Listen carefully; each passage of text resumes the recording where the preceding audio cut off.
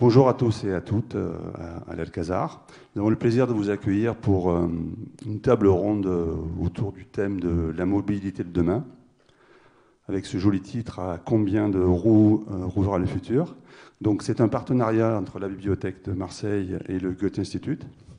Je vais laisser nos invités se présenter.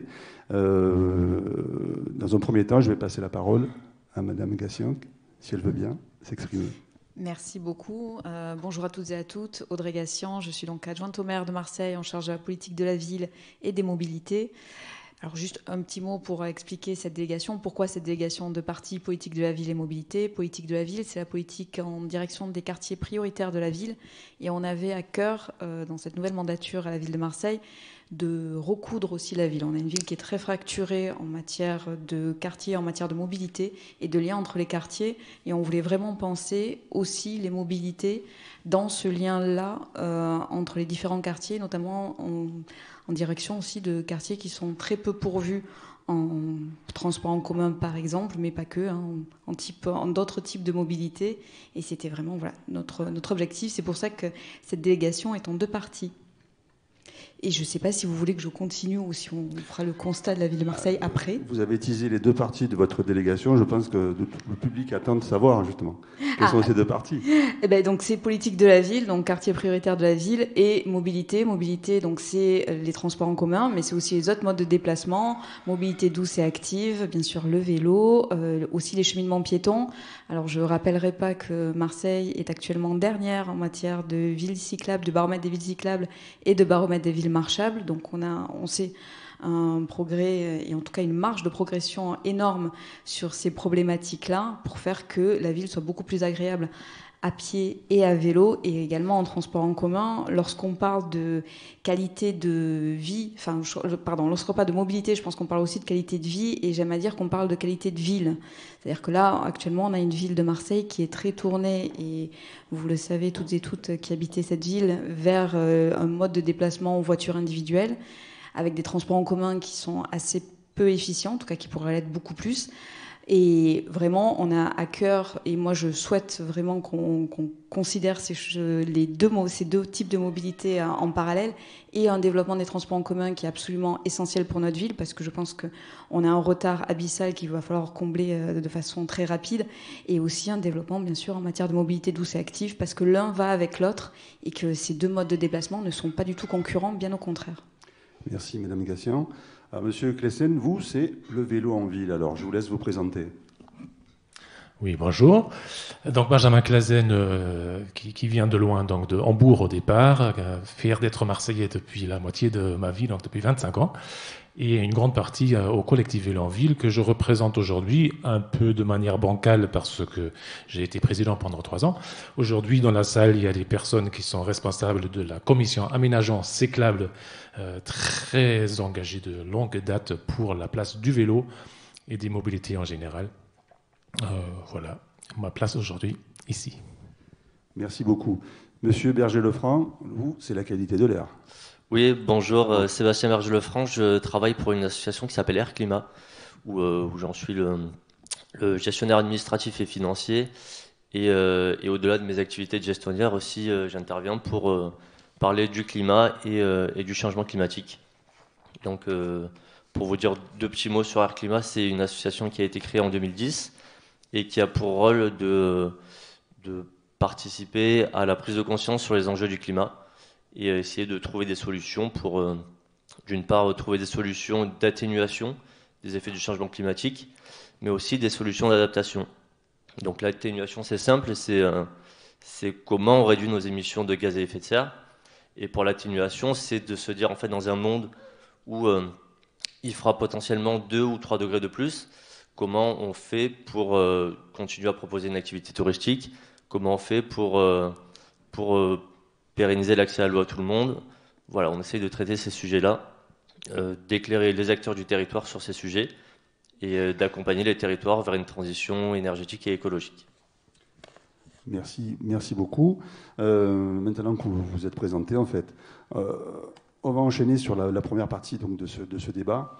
Un débat un petit peu sur l'état des lieux comment on se déplace à Marseille, qui circule, quelles conséquences pour l'environnement, la terrible cohabitation entre cyclistes et automobilistes, et les grands enjeux justement les trottinettes, et quelles sont les perspectives justement pour le futur, pour une amélioration. Madame Gassian ? Oui, alors comment on se déplace à Marseille actuellement ? Alors on se déplace encore trop malheureusement en voiture, comme je disais un petit peu tout à l'heure, ce qui occasionne beaucoup d'embouteillages. On en est tous et toutes témoins, des difficultés du coup à se déplacer, puisque être coincé dans les embouteillages, ce n'est satisfaisant pour personne. Aussi beaucoup de pollution, on le voit et on le perçoit, on va dire. Aussi on se rend compte qu'il y a de plus en plus d'asthmatiques sur Marseille, donc c'est quelque chose qui est aussi en matière de santé publique très préoccupant. Et donc l'idée, c'est maintenant, face à ce constat, en effet, qu'est-ce qu'on peut faire aussi et qu'est-ce qu'on peut changer ? Alors, déjà, moi je pense que clairement, on a vraiment un enjeu à faire reculer la part de la voiture en ville. Alors c'est très facile à dire comme ça. Ensuite, comment on le fait concrètement ? Moi, je ne souhaite pas, et c'est parce que c'est aussi peut-être mon rôle en tant qu'élu, je ne souhaite pas qu'on soit sur des choses qui soient punitives, parce que l'idée, c'est aussi de proposer des solutions aux habitantes et habitants de notre ville. Et on voit aussi qu'on a, je le disais en introduction, mais c'est quelque chose qui me tient vraiment à cœur, on a des quartiers qui vont être très peu concernés, ou en tout cas où on a des transports en commun qui circulent mal, ou qui sont avec des bus bondés, qui ne s'arrêtent même plus aux arrêts pour prendre de nouveaux passagers. Et du coup, on a vraiment cette réflexion-là à avoir comment on va développer cette offre de transport en commun pour faire en sorte qu'on va être plus efficient en matière de transport en commun pour se déplacer en ville, et auquel cas, donc, en effet, on aura cette incitation-là assez automatique à laisser sa voiture individuelle. A priori, personne n'a envie de passer plus de temps dans sa voiture s'il ou elle a une autre solution. Et comment aussi on développe les modes actifs. Alors, on a parlé des conflits d'usage. Je voulais donc y revenir. En effet, les conflits d'usage entre automobilistes et cyclistes. Et je parlerai aussi des trottinettes, puisque j'ai eu une interpellation trottinette. Sur ces conflits d'usage, clairement, nous, on a à cœur et on voit qu'il y a quand même un élan pour la pratique du vélo à Marseille. Moi, j'en veux pour preuve le coup de pouce vélo. Donc, j'ai pris un vélo d'occasion et lorsque j'ai voulu le faire réparer et faire un petit peu réviser les freins, le coup de pouce vélo marchait tellement bien que j'ai été, comme d'autres, j'étais pas la seule, mais j'ai eu 3 mois d'attente pour avoir ma réparation vélo. Donc j'ai attendu, bien évidemment, mais ça a montré à quel point il y a et on voit un élan dans la ville pour l'utilisation du vélo. Mais on voit aussi que cette utilisation est complètement freinée par le manque d'installation et d'infrastructures cyclables, qui est clairement quelque chose qui est structurellement un frein à l'utilisation du vélo. On a aussi un manque de parking à vélo, d'arceaux à vélo, de box éventuellement à vélo. J'y reviendrai peut-être plus tard, mais on voit qu'on a un problème d'infrastructure. Et du coup, comme on a un problème d'infrastructure, bien sûr, les vélos sont soit sur les trottoirs, soit sur la chaussée au milieu des voitures. Alors sur les trottoirs, ça crée des conflits d'usage avec les piétons. C'est absolument pas idéal. D'ailleurs, on a des pistes cyclables encore sur les trottoirs à Marseille. C'est quelque chose que nous combattons au sein de la ville ardemment, mais les projets ont été livrés et ont été conçus avant notre arrivée, et en tout cas continuent à être livrés maintenant. Et on a beaucoup de mal à les faire infléchir vers des pistes cyclables sur la chaussée, puisque c'est bien ça le sens de ce qu'on souhaite faire, des pistes cyclables sur la chaussée et sécurisées, afin de limiter ces conflits d'usage. Donc du coup, plus de vélos sur le trottoir, parce qu'il faut que les piétons soient sur les trottoirs et que les trottoirs soient sanctuarisés pour les piétons, et des pistes cyclables sécurisées sur la chaussée pour que les cyclistes soient en sécurité et ne soient pas mêlés au flot de voitures. Donc ça fait partie vraiment des choses que nous défendons. Nous avons envoyé il y a 1 an maintenant des schémas de pistes cyclables sécurisées à la métropole pour qu'elles soient réalisées.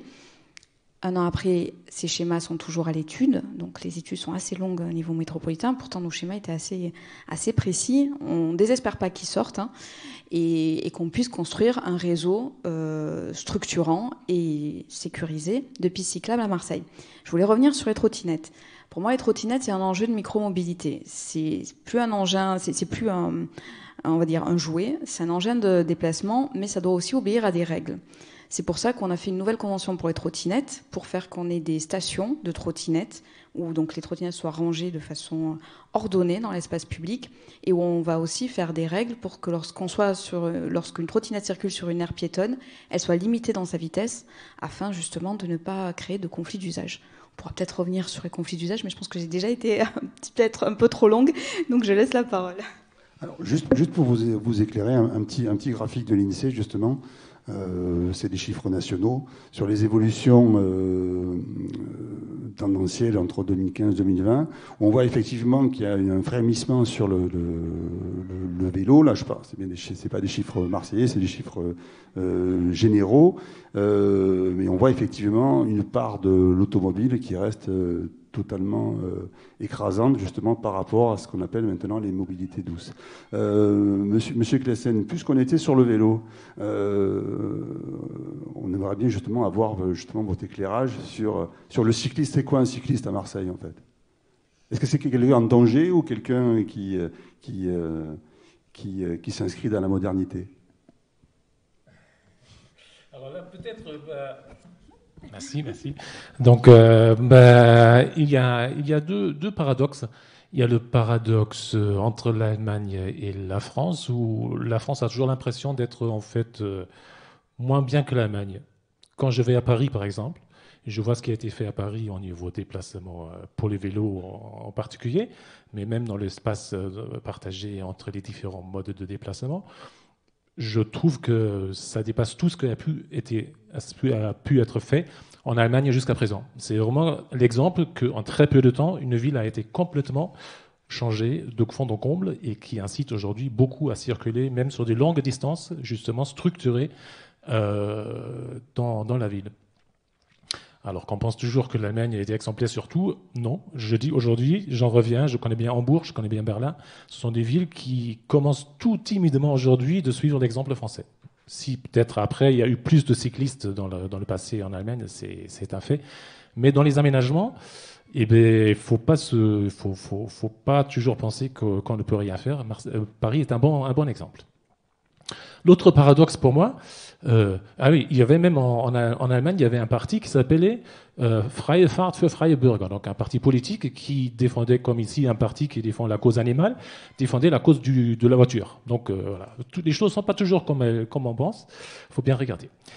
Le paradoxe marseillais, ça reprend un peu ce que vous avez dit vous, c'est-à-dire vous avez aujourd'hui une explosion de l'usage du vélo qui dépasse, je pense, de très loin les quelques points qui sont marqués là, c'est-à-dire les cyclistes à Marseille. Je n'ai pas les chiffres précis aujourd'hui, mais tout le monde a constaté qu'au moins dans le centre-ville, mais même en périphérie, en fait, l'usage du vélo a complètement explosé.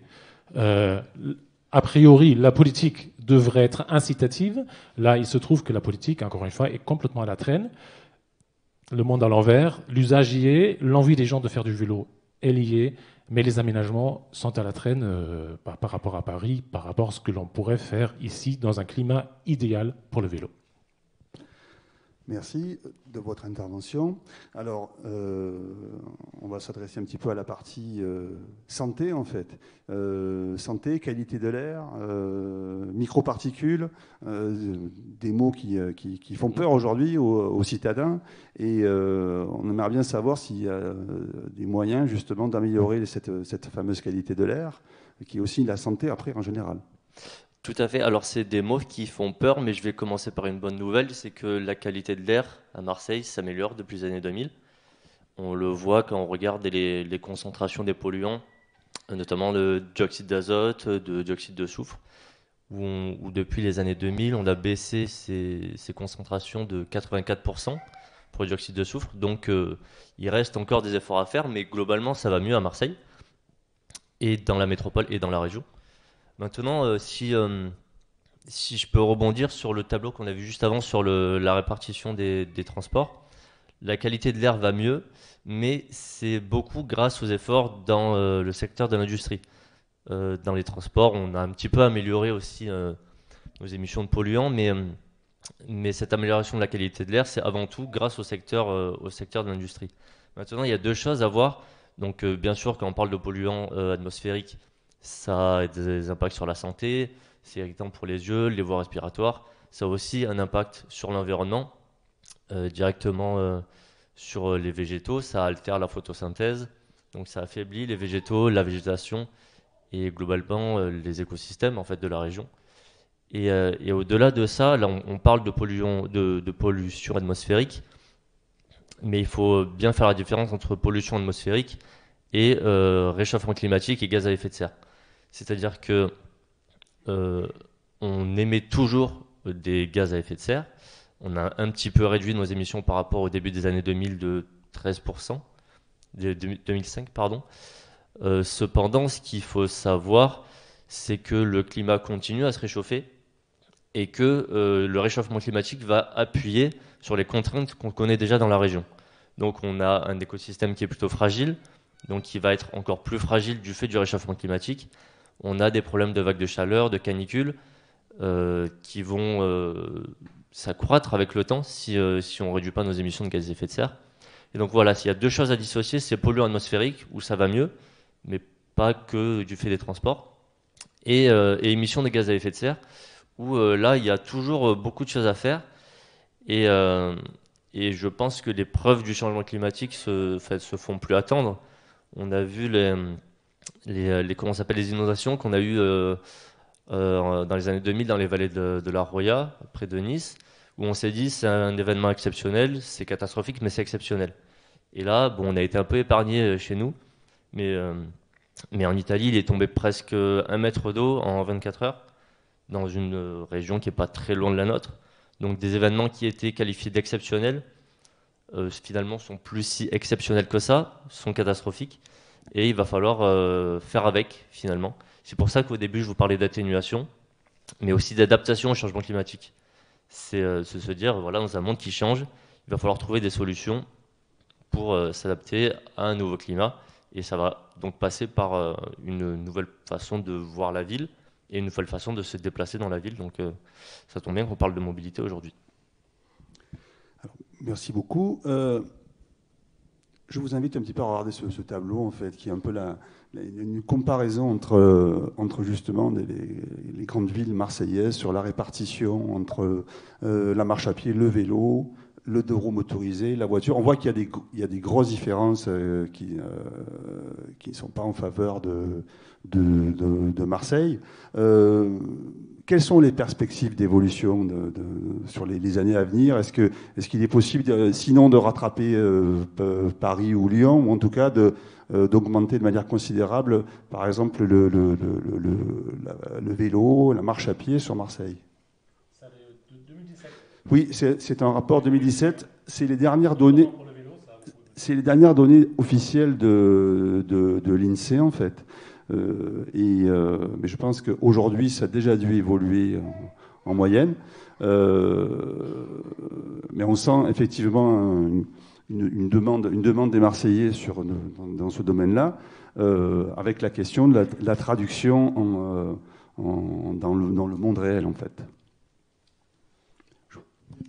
Alors oui, oui, bien sûr qu'il y a une volonté d'aller vers une ville avec plus de mobilité douce et active, ça c'est évident. C'est-à-dire que, comme on le disait, la part de la voiture dans la ville, à l'intérieur de la ville, sur les déplacements intra-urbains, donc vraiment à l'intérieur de Marseille, doit vraiment reculer, puisqu'on voit que de toute façon on a une ville où on ne circule plus en fait, donc on est vraiment à saturation automobile, et on est à saturation aussi automobile dans les rues.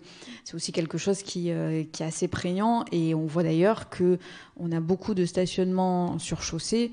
Nous on souhaiterait, et alors tout n'est pas forcément de notre fait parce qu'on n'a pas forcément l'ensemble des compétences en ce domaine, mais on aimerait vraiment que par exemple on puisse beaucoup plus utiliser les parkings souterrains, notamment pour les riverains le soir, et dégager en fait les rues du stationnement voiture. Alors bien sûr que pareil, on ne peut pas faire ça d'un coup de baguette magique, mais on voit que si on fait des rues où il y a moins de voitures, on peut aussi plus élargir les trottoirs. Enfin, à un moment donné, on ne pourra pas forcément pousser les immeubles, mais en tout cas, on peut comme ça donner plus de place au mode doux et actif, et ça c'est quelque chose qui est vraiment de notre volonté, de notre souhait. Ensuite, l'objectif aussi, et j'y reviens toujours parce que je pense que ça va vraiment de pair, c'est aussi augmenter de façon très sensible les transports en commun. Moi, on est dans la deuxième ville de France, on a 2 lignes de métro. C'est M. Merkel disait, la deuxième ligne de métro a été creusée, que nous n'étions pas nés. En fait, moi, j'étais pas née, je suis née en 83. Et on voit que aussi par rapport à la marche, les transports en commun sont assez essentiels parce qu'on a une ville qui est immense, qui fait 2,5 fois Paris. Donc on ne peut pas faire d'un bout à l'autre de la ville à pied, ça ne marchera pas, en l'occurrence. Mais il nous faut des transports en commun. Et pour arriver à ces transports en commun-là, c'est aussi important d'avoir sur les trajets, on va dire, intermédiaires, ou en tout cas d'accès ou de retour chez soi, d'avoir des cheminements piétons définis, alors en centre-ville plus large, mais aussi, et je voulais y revenir, on a des quartiers où il n'existe pas de cheminement piéton, où il n'y a même pas de trottoir, où il n'y a même pas d'endroit où on peut marcher en sécurité. Et du coup, l'utilisation des fois de son véhicule individuel vient du fait que le cheminement piéton n'existe pas et que si on se retrouve à marcher sur la route, à un moment donné, on se met aussi en danger personnellement, et c'est une vraie difficulté de recréer des cheminements piétons partout. Et pas que, et je veux qu'on s'y dézoome peut-être du centre-ville, où bien sûr on marche beaucoup à pied, mais de voir aussi que dans d'autres quartiers, on n'arrive carrément pas à marcher à pied. Alors, Monsieur Claessens, alors, qu'est-ce qui peut pousser les Marseillais à prendre les transports en commun et leur vélo? Qu'est-ce qui peut pousser les Marseillais à abandonner leur véhicule? En tout cas, plus souvent. Est-ce qu'il y a des aspects psychologiques? Oui, certainement. Il y a certainement oui, l'incitation psychologique. Et là, il faut dire que le vélo aujourd'hui a vraiment le vent en poupe au niveau communication. Et ça vient encore une fois pas tellement du monde des collectivités et du monde politique, mais c'est plutôt en fait la société. Aujourd'hui, trouver un t-shirt sur lequel vous n'avez pas un vélo qui est imprimé dessus, ça devient presque un exploit. Donc le vélo est partout et c'est très mis en valeur. Je pense que là, c'est vraiment aujourd'hui, c'est les aménagements. Et vous parlez des conflits d'usage donc entre les piétons et les cyclistes. Donc vous avez typiquement en fait l'agressivité de la route que les cyclistes fuient, qu'ils reportent eux-mêmes sur le trottoir. Donc c'est quelque chose de complètement déplorable. Vous avez parfois aussi, aujourd'hui, il faut le dire, des cyclistes qui ont des comportements inexcusables, qui sont d'une agressivité ou d'une inconscience totale par rapport à la fragilité des piétons. Ça, c'est quelque chose que les cyclistes, souvent, ne veulent pas entendre, mais il suffit d'observer dans la rue. Donc là, je pense encore une fois, il faut en fait avancer, il faut apprendre de nos erreurs. Je prends parfois le boulevard national à vélo. C'est, je pense, une des premières piste cyclable continue, vous la regarderez une fois, aujourd'hui ça fait sourire, tellement elle est mal faite. Parce qu'en fait, elle slalom entre la route, les arrêts de bus, les poubelles, les écoles, c'est quelque chose, dans le meilleur des cas, c'est amusant aujourd'hui. C'était les premiers essais d'aménagement de pistes cyclables. Pareil, aujourd'hui vous avez la piste cyclable sur la Canébière qui n'est pas assez visible, qui n'est pas assez séparé des piétons. Donc pareil, en fait, ça crée des problèmes. Encore une fois, c'est un nouveau dispositif. Il faut apprendre en avançant et il faut avancer et apprendre dans les aménagements. Alors juste, je vais me permettre une question. Bon là, on a parlé quand même de la population plutôt du centre, voire de l'hypercentre, qui est concernée notamment par la problématique de la marche à pied et du vélo. Par contre, quid justement des Marseillais de la périphérie? Comme vous l'avez dit, Madame Gassian, la ville est très étendue en fait. Comment faire justement pour que ces Marseillais de la périphérie, qui souvent viennent travailler sur la cité, tombent dans les embouteillages du matin qu'on connaît tous? Alors, comment faire pour améliorer cette situation et faire que... C'est vrai que le vélo, c'est une problématique très intéressante, mais comment faire pour ces gens qui habitent à une dizaine de kilomètres pour se rendre en cœur de cité, pour travailler, en gardant une qualité de vie, une meilleure qualité de vie? Alors, il y a déjà des personnes, des salariés qui, même s'ils n'habitent pas dans l'hypercentre, font le choix, c'est souvent aussi des militants du vélo, mais de venir travailler à vélo. Donc ils m'expliquent et je sais que à quel point c'est un parcours du combattant ou de la combattante d'ailleurs, et à quel point voilà c'est difficile mais parce qu'ils sont militants et donc ils le font et Et l'objectif, bien sûr, c'est de pouvoir entraîner aussi d'autres personnes à le faire en montrant que c'est possible. Mais encore une fois, c'est vrai que des aménagements, vraiment, lorsqu'on fait des aménagements cyclables, ça sécurise la pratique du vélo et ça rend les choses beaucoup plus simples, on va dire. Et ça, du coup, ça fait qu'on ne s'adresse pas qu'à des militants du vélo qui vont aller même au contact des voitures, hein, et ils vont justement braver, on va dire, cette peur et cette insécurité que peut poser, on va dire, cette cohabitation sur la chaussée.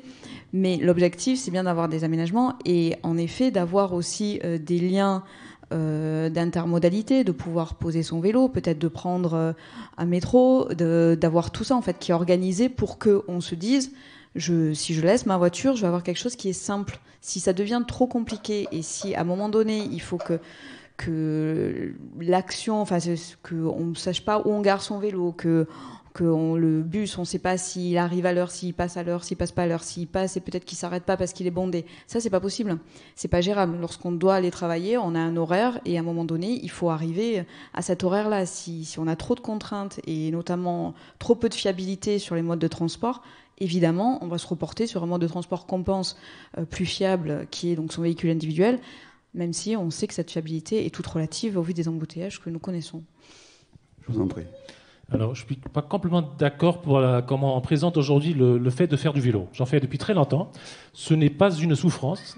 Ce n'est, à mon avis, au centre-ville, aujourd'hui, plus un danger particulier si on fait attention. Et ce n'est pas une ville où faire du vélo est particulièrement...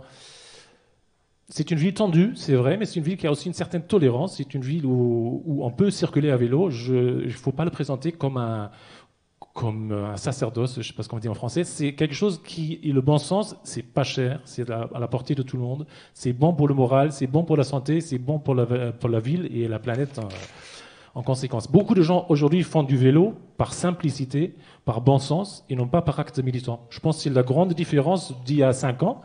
Il y a 5 ans, c'était un acte militant. Aujourd'hui, ça ne l'est plus et c'est très bien. Il faut encourager ces gens-là qui ne sont pas des militants à faire du vélo par bon sens. Oui, si je peux rajouter un tout petit mot. On parle beaucoup du vélo et on a tendance à pointer du doigt la voiture. Mais j'aurais tendance à dire que c'est pas tellement la voiture le problème dans cette histoire, c'est plus l'utilisation qu'on en fait aujourd'hui. Et donc forcément, si on habite loin d'un axe de communication, enfin loin d'un transport en commun efficace, qu'on habite plutôt en périphérie de Marseille, on peut se dire oui, ben moi je suis obligé de prendre ma voiture pour aller travailler. Cependant, je suis peut-être pas obligé de prendre ma voiture tout seul pour aller travailler et je peux faire du covoiturage au sein de mon entreprise ou avec les personnes qui habitent à proximité de chez moi et qui vont aussi se rendre dans le centre-ville de Marseille. Donc la question, c'est pas seulement de se dire il faut bannir la voiture des modes de déplacement, mais plutôt de se dire comment on intègre la voiture dans nos modes de déplacement, mais de façon raisonnée. En plus, maintenant, avec le Covid, on parle beaucoup du télétravail. Donc, on se dit, on n'a peut-être pas besoin d'utiliser une voiture tous les jours. Et donc, est-ce que j'ai besoin aussi de posséder une voiture ? Et donc, voilà, je pense il y a aussi une réflexion à avoir sur la question du covoiturage et la question de la possession de la voiture qui est peut-être plus aussi utile qu'avant. Après, ça reste peut-être ancré dans l'imaginaire collectif de se dire je possède une voiture, j'ai réussi ma vie quoi. Donc et c'est peut-être pour ça qu'on n'utilise pas assez les transports en commun aussi parce que c'est vrai aussi moi j'ai déjà croisé des personnes, j'attendais le bus, ils me disaient pourquoi tu prends pas ta voiture? Je dis c'est d'une part parce que j'en ai pas, mais au-delà de ça c'est parce que c'est plus le mode de déplacement qui est le plus efficace forcément pour tous les trajets et voilà. Alors, justement, comme on a ce tableau, on voit qu'à Paris, justement, la place de la voiture est très réduite, puisqu'on a 11%. Est-ce qu'à Paris, vraiment, la qualité de l'air est bien meilleure qu'à Marseille, par exemple, alors que les voitures sont beaucoup moins présentes qu'à Marseille, par exemple? Alors, je vais vous dire, je n'ai pas les chiffres en tête sur la ville de Paris. Après, nous, la qualité de l'air dans notre région est assez spécifique. C'est-à-dire qu'on a une part de l'industrie qui a une forte importance. Et donc, même si on réduit beaucoup nos émissions de polluants liés au transport, on aura toujours une qualité de l'air qui sera pas terrible, si je peux dire un peu grossièrement, parce que on a un réseau d'industrie qui émet beaucoup de polluants.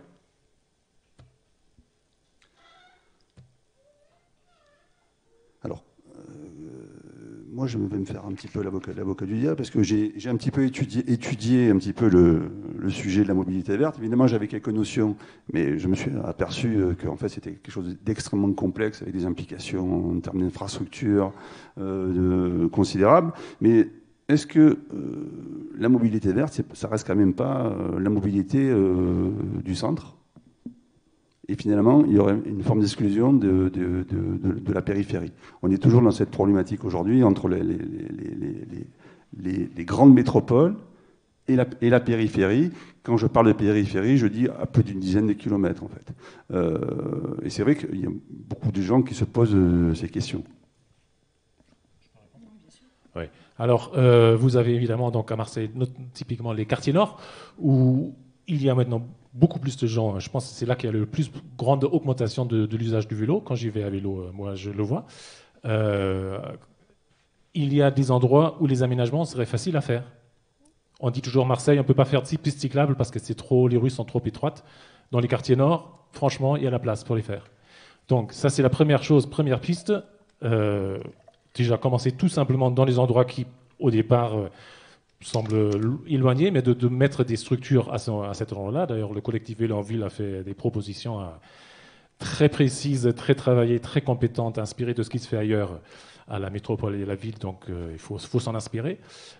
Deuxièmement, il y a, à mon avis, vraiment voir quelque chose avec le relief de Marseille, qui est effectivement, pour les quartiers nord, ça monte. Donc là, encore une fois, l'intermodalité, la multimodalité est quelque chose qui marche bien, c'est-à-dire un ticket gratuit pour monter en TER à Sainte-Marthe ou à Saint-Joseph-le-Castellas ou même à Simiane. Ça ferait, si on prend son vélo, on prend le ticket gratuitement pour remonter le soir ou quand il pleut ou quelque chose comme ça. Je pense que ça, c'est quelque chose qui peut faire sens spécifiquement pour Marseille. Oui, je pense que en effet la question c'est aussi comment on prend la ville dans son ensemble et on réfléchit les mobilités dans la ville dans son ensemble avec l'ensemble de ses quartiers et l'ensemble aussi de ses configurations urbaines.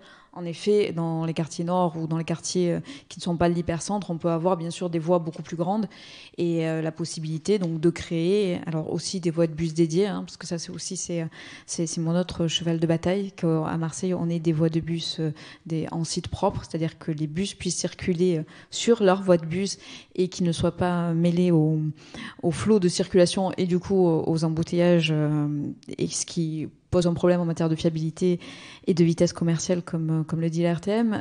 Donc c'est aussi ça l'enjeu et aussi d'avoir des pistes cyclables sécurisées, bien évidemment. Je voulais juste revenir sur ce que je disais un peu auparavant sur les personnes qui, des quartiers périphériques, vont dans le centre-ville. C'est vrai que c'est quand même... Enfin, alors j'entends que ça peut paraître dangereux. Je trouve que c'est quand même un peu plus sport que moi qui fais que de l'hypercentre à vélo.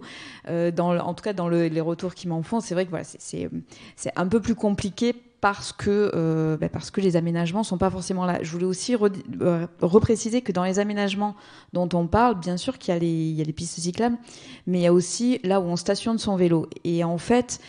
Et j'en discutais hier avec le président de la FUB. C'est vrai qu'il faut que tout arrive en même temps. C'est-à-dire qu'il faut qu'on ait les parkings à vélo en même temps que les aménagements vélo.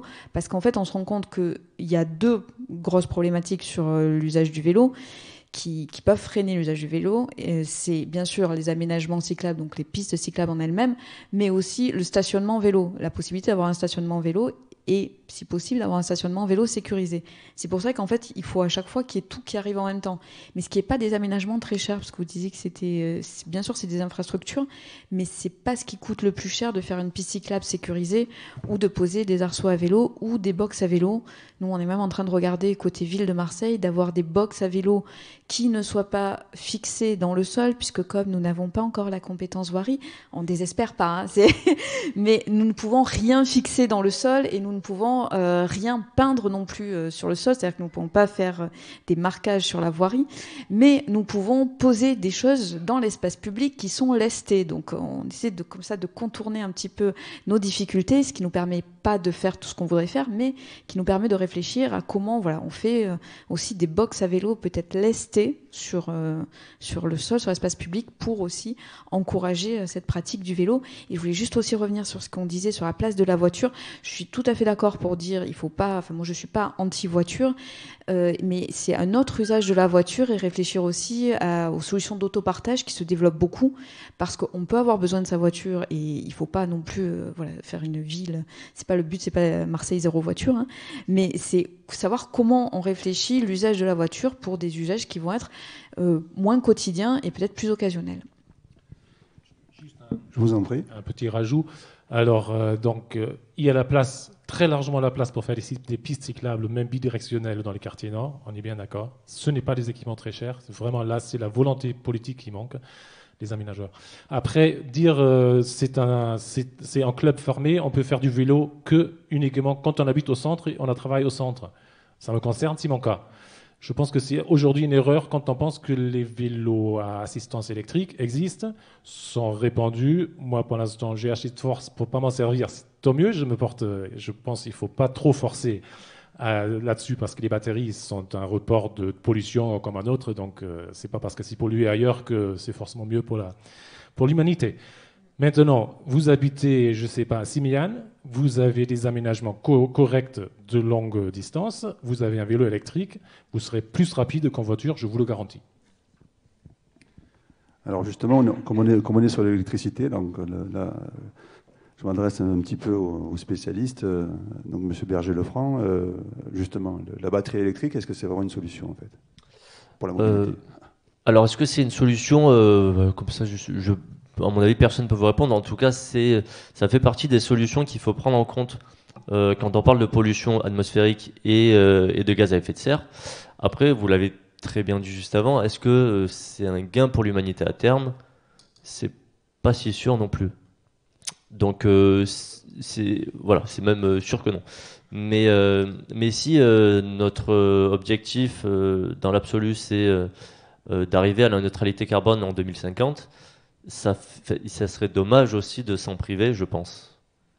Que ce soit pour le vélo, que ce soit pour les trottinettes, que ce soit pour la voiture. Parce que je crois, on parle effectivement de batterie électrique pour les véhicules, les 2 roues, ainsi que l'assistance électrique pour les vélos, mais on parle aussi moi j'ai lu des articles sur le bioéthanol. Est-ce que ça aussi c'est une solution, justement, ou est-ce que c'est une espèce de miroir aux alouettes, en fait? Toutes les solutions sont bonnes à prendre. En fait, il n'y a pas de solution miracle. L'idée, c'est de voir toujours ce qu'on peut faire pour réduire toujours un petit peu plus nos émissions. Et donc, si le bioéthanol permet un petit peu de réduire un petit peu nos émissions, si l'électrique permet de réduire nos émissions, dans un premier temps, ça fait partie des solutions qu'on peut utiliser.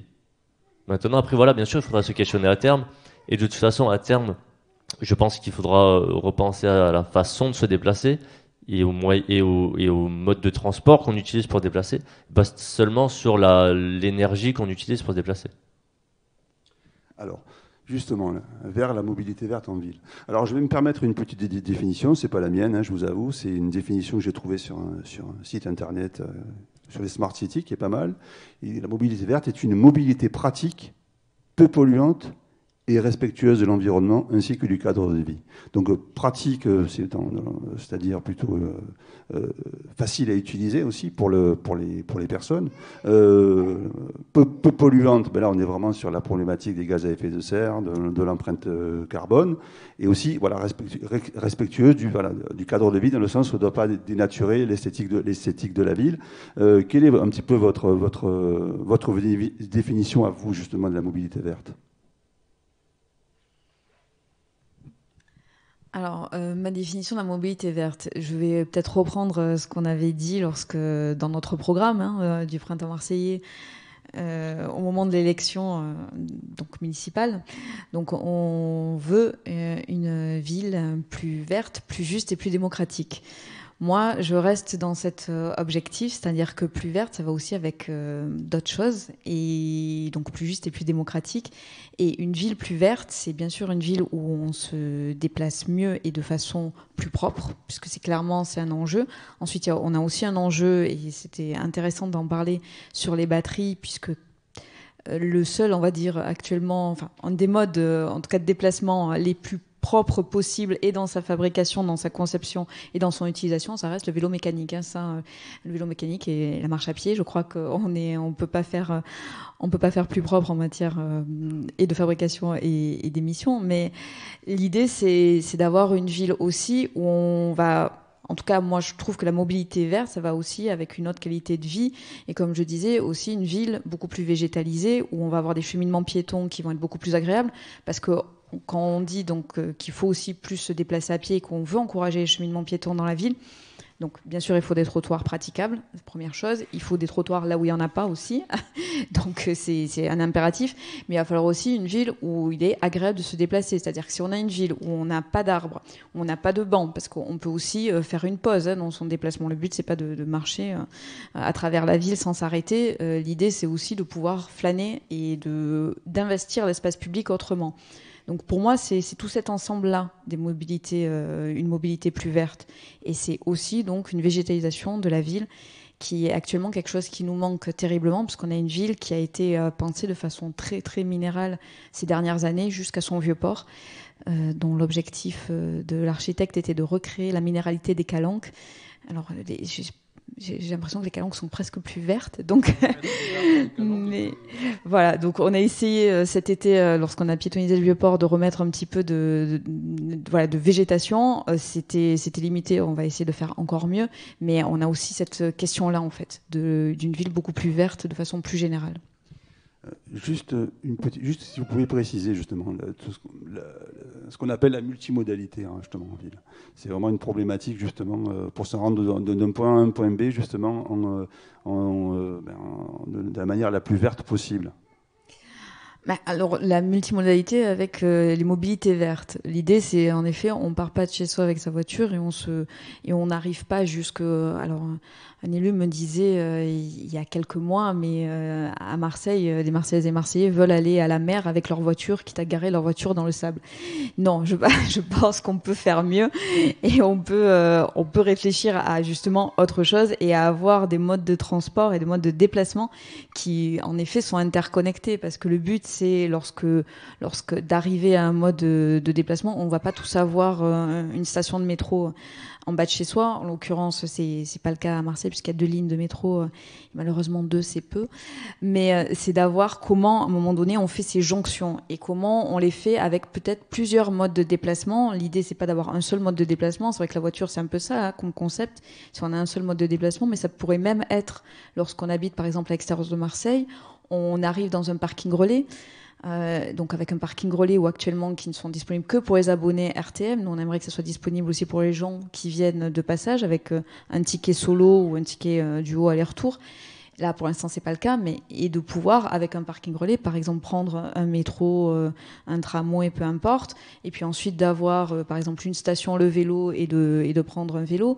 Et c'est ça, en fait. Et d'avoir comme ça un trajet qui, de fait, sera déjà beaucoup plus propre, évidemment, qu'avec sa voiture individuelle, mais aussi, il y a aussi la logique d'efficacité et de rapidité. Je pense que si on arrive à proposer ça, puisque les personnes qui veulent se déplacer, il y a aussi la logique de, je vais pas passer 2 heures à faire 3 kilomètres. Si je peux le faire en un temps réduit, bien sûr que je suis pour. Et donc, c'est d'avoir ça aussi avec plusieurs modes de transport en commun.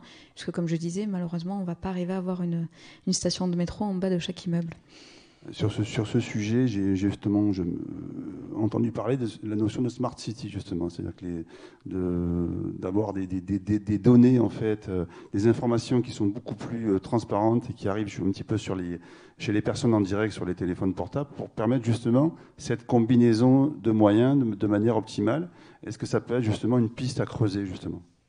Ah, bien sûr que c'est une piste à creuser. Alors, c'est une piste que, il me semble, alors je ne veux pas dire de bêtises, mais la métropole creuse avec ce qu'on appelle le MAS, qui justement doit regrouper toutes ces données entre tous les opérateurs de mobilité, les opérateurs de trottinettes, les opérateurs de vélo, la RTM, et donc regrouper toutes ces données-là pour avoir en effet ce panel et toute cette possibilité de mode de déplacement. Je pense que c'est clairement, donc Smart City, c'est aussi les villes connectées, hein, c'est savoir comment à un moment donné on a ces données-là connectées et qui servent au mode de déplacement.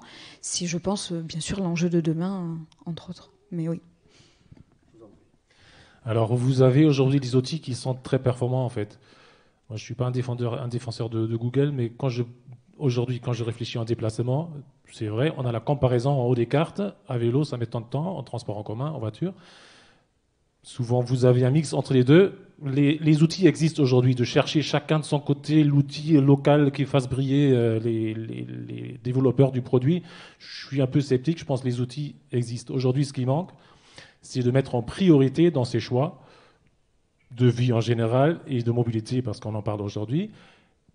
Quand on choisit un logement, quand on choisit un travail, quand on choisit les grandes décisions qui après déterminent toute une vie, de prendre les déplacements d'une autre manière en compte, c'est-à-dire de ne pas dire « bon, j'ai une voiture de toutes les manières, donc je vais pouvoir aller partout rapidement ». Ce n'est pas une réalité aujourd'hui, et c'est tant mieux parce que ce mode de vie-là, où la distance a été comprimée d'une certaine manière parce qu'effectivement, il y a toujours l'idée que la voiture permet d'aller partout très rapidement.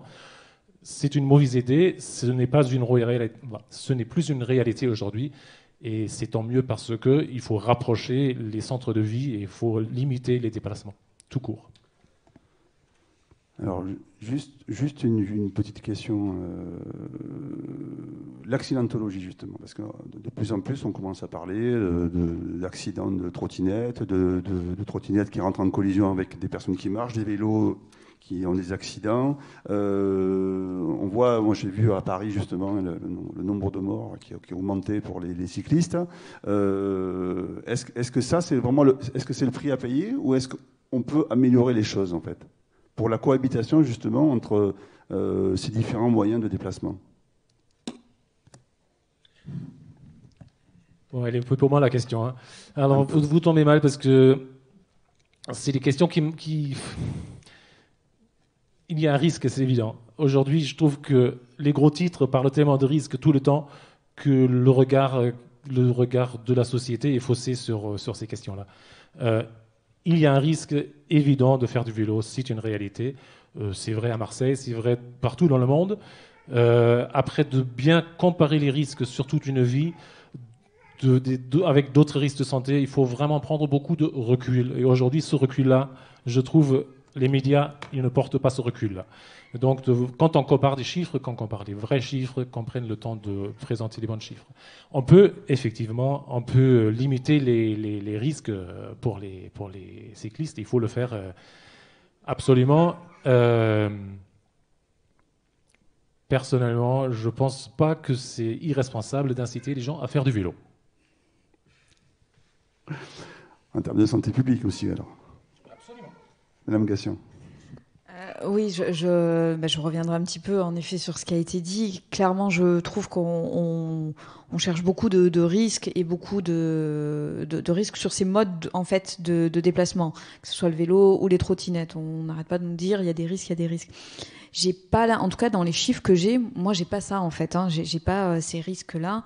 Je sais qu'il y avait eu le cas d'une personne à Paris qui avait été percutée par une trottinette et du coup les journaux étaient, les journalistes étaient venus me voir pour me dire et à Marseille.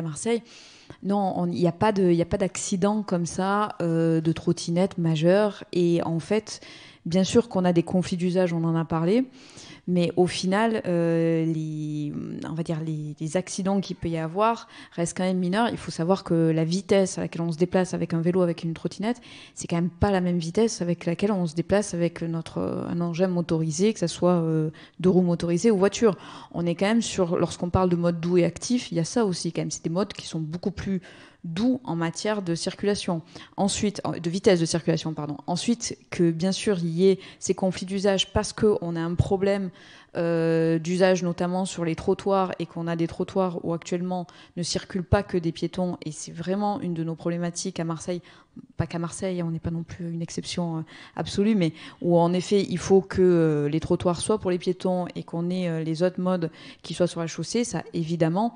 Mais en effet, je suis d'accord qu'il n'y a pas d'accidentologie particulière.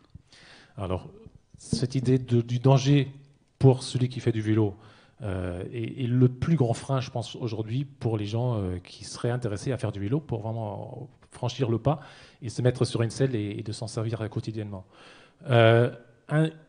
Donc les aménagements séparés, comme vous avez dit, vraiment en site propre pour le vélo, de préférence même séparés peut-être avec de la végétalisation ou des stationnements s'il en reste, de la circulation, c'est des choses qui existent, qu'il faut évidemment qu'il faut développer.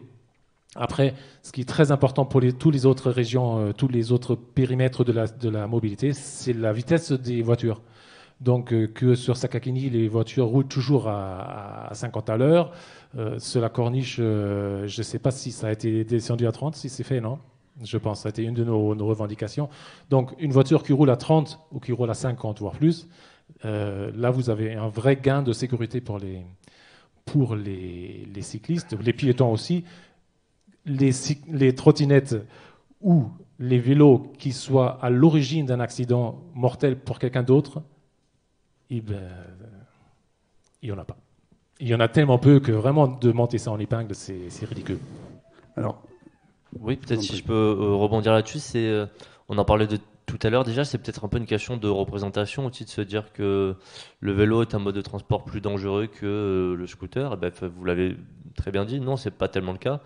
Et on a un peu tendance à monter en épingle des affaires assez isolées, comme le cas de la trottinette, alors que non, en termes de santé publique, je pense qu'il vaut vraiment plutôt faire du vélo plutôt que de faire du scooter. Et puis ça reprend un peu, je lisais du coup une des questions.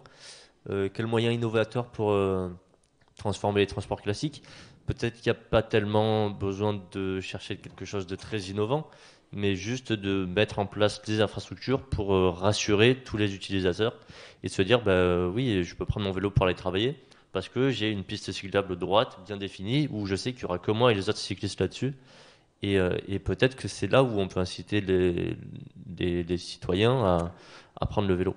Alors, Monsieur Classen, justement, parce que je sens que vous êtes chaud sur le sujet. Je suis Marseillais, j'ai 50 ans, c'est mon cas, et je décide de me mettre au vélo, d'aller travailler à vélo. Je procède comment alors ? Dites-moi. Je vais m'acheter un vélo et ensuite je me lance dans la rue. Comment justement dépasser ces freins Alors je pense que, comme a été dit, mon conseil personnel, tant qu'on est en bonne santé, on n'a pas 15 enfants à trimballer à droite à gauche, un vélo mécanique, c'est la bonne solution. Après, vous avez quand même aujourd'hui, et ça c'est vraiment une avancée, vous avez dans l'espace public des vélos en libre service. Ça vous permet de vous familiariser avec des espaces qui sont très protégés. Vous faites 10 allers-retours sur la Canébière, vous prenez un peu le courage, vous faites un petit tour vers l'Opéra, vous avez vraiment la patate, vous allez jusqu'au Catalan, des choses comme ça. Donc ça, c'est vraiment un moyen de se dire qu'est-ce que je peux faire, qu'est-ce que je veux faire. Et ensuite, effectivement, en fait, l'accompagnement. Comment utiliser dans mon quotidien le vélo ? Je pense que là, il peut y avoir une aide plus fine, plus adaptée à chaque personne qui n'existe pas aujourd'hui. C'est quelque chose que les associations peuvent faire, mais ça, autant la communication, le vélo si chouette, aujourd'hui ça existe. Autant monsieur Untel veut se mettre au vélo, il habite là, il travaille là, il fait ces déplacements-là quotidiens ou dans la semaine. Là, il y a effectivement du conseil à faire. Et pour finir, la sécurité, pour en revenir, parce que c'est un sujet qui me tient à cœur, l'enseignement en école pour les enfants qui ont des parents qui n'ont jamais fait de vélo, c'est indispensable. Les amener, pareil, dans les endroits sécurisés, dans les endroits qui le sont moins, pour leur apprendre où sont les vrais dangers, les camions, les carrefours, respecter les feux, des choses comme ça qui sont complètement essentielles pour rouler en sécurité, parce qu'on peut être en sécurité à vélo. En tout cas, merci pour cet échange très fructueux. Je vais maintenant passer un petit peu la parole au public, en fait, qui doit, je pense, avoir des questions. Stéphanie va vous passer le micro.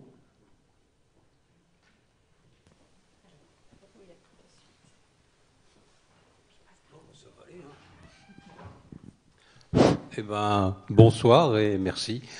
Alors, j'ai 75 ans, j'ai un vélo mécanique et nous, enfin, mon épouse et moi, on a revendu la voiture. On habite assez au centre-ville, donc c'est pas trop mal. Oui, pour moi, c'est un peu un geste militant. Enfin, quand je travaillais, c'était marqué sur mon CV, défenseur et utilisateur du vélo dans la ville. Bon. Alors, je voyais que Lille était marquée, on habitait un bon temps à Lille. Il y a quand même pas mal de pistes cyclables sur l'île. On est allé à Saint-Malo aussi, bon, enfin, il n'est pas marqué. Mais bon, il y a aussi des pistes cyclables. Bon, mais il faut voir aussi la fréquentation de par le climat. Hein. Bon, quand vous êtes en plein hiver, à Lille, le ciré, il est indispensable. Bon. Alors, que dire aussi? Vous parliez des transports en commun. Bon, bah oui, il n'y a pas assez de bus, c'est clair. Le métro va pas assez loin. Les trams, c'est pareil. L'abonnement, enfin, je parle pour mon cas. Bon, c'est quand même 20 € pour moi, 20 € pour mon épouse. Bon, 40 €, ça paraît pas cher par rapport à l'essence et l'assurance qu'on met. Mais par rapport à certaines villes, c'est assez cher. Donc, est-ce qu'il y a un effort à faire de ce côté-là aussi? Et quand vous disiez que le vélo, moi j'ai quand même failli me faire tuer plusieurs fois. Je dis bien tuer, hein. La bagnole qui s'arrête en rang, enfin, brûler des feux, enfin, c'est quand même assez affolant à Marseille. Hein. Bon. Alors voilà, c'est un peu tout ça, si vous voulez. Alors que faire? Bah oui, moi je sais pas. Bon, il faut des pistes cyclables. Tout ça, il n'y a pas de doute. Mais bon. Madame Gassion. Oui. Sur ce qui a été dit, et j'entendais aussi Madame qui disait qu'il y avait beaucoup de désordre. Et c'est vrai qu'on a un espace, on a un espace public qui est assez peu organisé. Et vous l'avez dit. Enfin, moi, je pense qu'il va falloir remettre. Alors, je ne sais pas si on va remettre de l'ordre, en tout cas remettre de l'organisation dans cet espace public et d'avoir des zones mieux définies pour que ces conflits d'usage qui actuellement du coup donne cette impression-là que ça ne fonctionne pas et peut-être même c'est pas qu'une impression, hein. Du coup ça se résolve et qu'on puisse avoir chacun et chacune en tout cas un espace et que les piétons aient vraiment leur espace dédié et qu'on ait ces pistes cyclables parce que je pense que ça changera beaucoup du quotidien des cyclistes. Je voulais revenir sur la RTM et sur les transports en commun. Je suis d'accord avec vous sur le tarif des transports en commun, d'autant plus que moi je suis une militante de la gratuité des transports. Je pense que les transports en commun doivent être gratuits, parce qu'il ne doit pas y avoir de limitation à l'utilisation des transports en commun, et que quelque part c'est un service public qui doit être accessible à toutes et tous, sans barrière économique. Donc ça c'est ma conviction à moi. Ensuite, sur la conviction de la RTM et de la métropole, a priori, on ne le partage pas tout à fait, mais ça, c'est pas grave. Pareil, on milite et on continue d'œuvrer dans ce sens-là. Moi, j'aimerais, et c'est quelque chose que je porte, que les tarifs soient moins chers et qu'on ait des tarifs sociaux aussi plus attractifs. La RTM a déjà été... on va dire retoquée parce que ces tarifs sociaux n'étaient pas assez poussés. Il y a des actions, notamment en justice, hein, qui sont en cours ou qui peuvent être relancées dans ce cadre-là. Nous, on aimerait, le but, c'est pas de faire des actions en justice, on aimerait vraiment qu'on ait une redéfinition de ces tarifs-là de la métropole, de la RTM, et qu'on ait des tarifs sociaux donc plus attractifs, comme je disais. Et ça fait partie aussi des enjeux pour notre ville. Plus de transports en commun, mais aussi avec des tarifs beaucoup plus bas, voire la gratuité, ça serait le top. Et moi, je sais, quand j'y suis avec des voisins, jeunes, vieux ou très vieux, il y en a beaucoup, enfin on habite au centre, hein, en République, il y a beaucoup de gens qui n'ont pas de voiture. Tout à fait. Alors voilà, juste pour rebondir là-dessus, en effet, il y a beaucoup de gens à Marseille qui n'ont pas de voiture dans le centre-ville. En tout cas, on voit que l'équipement des ménages avec un véhicule individuel baisse dans certains arrondissements, notamment dans le 7e par exemple. On a un très faible... Ça a été souligné par le plan de déplacement urbain, le PDU, qu'a fait la métropole. On a des zones de l'hypercentre où on va avoir beaucoup moins d'équipements en voiture individuelle, mais aussi on va être sur des zones qui vont être plus concernées par une multiplicité des transports en commun. C'est-à-dire que même s'ils ne sont pas aussi efficients qu'on voudrait, on a quand même le tram, on a quand même des bus, on a quand même le métro. Sur les zones où il n'y a pas tous ces transports en commun-là, ça reste compliqué de se passer de véhicules.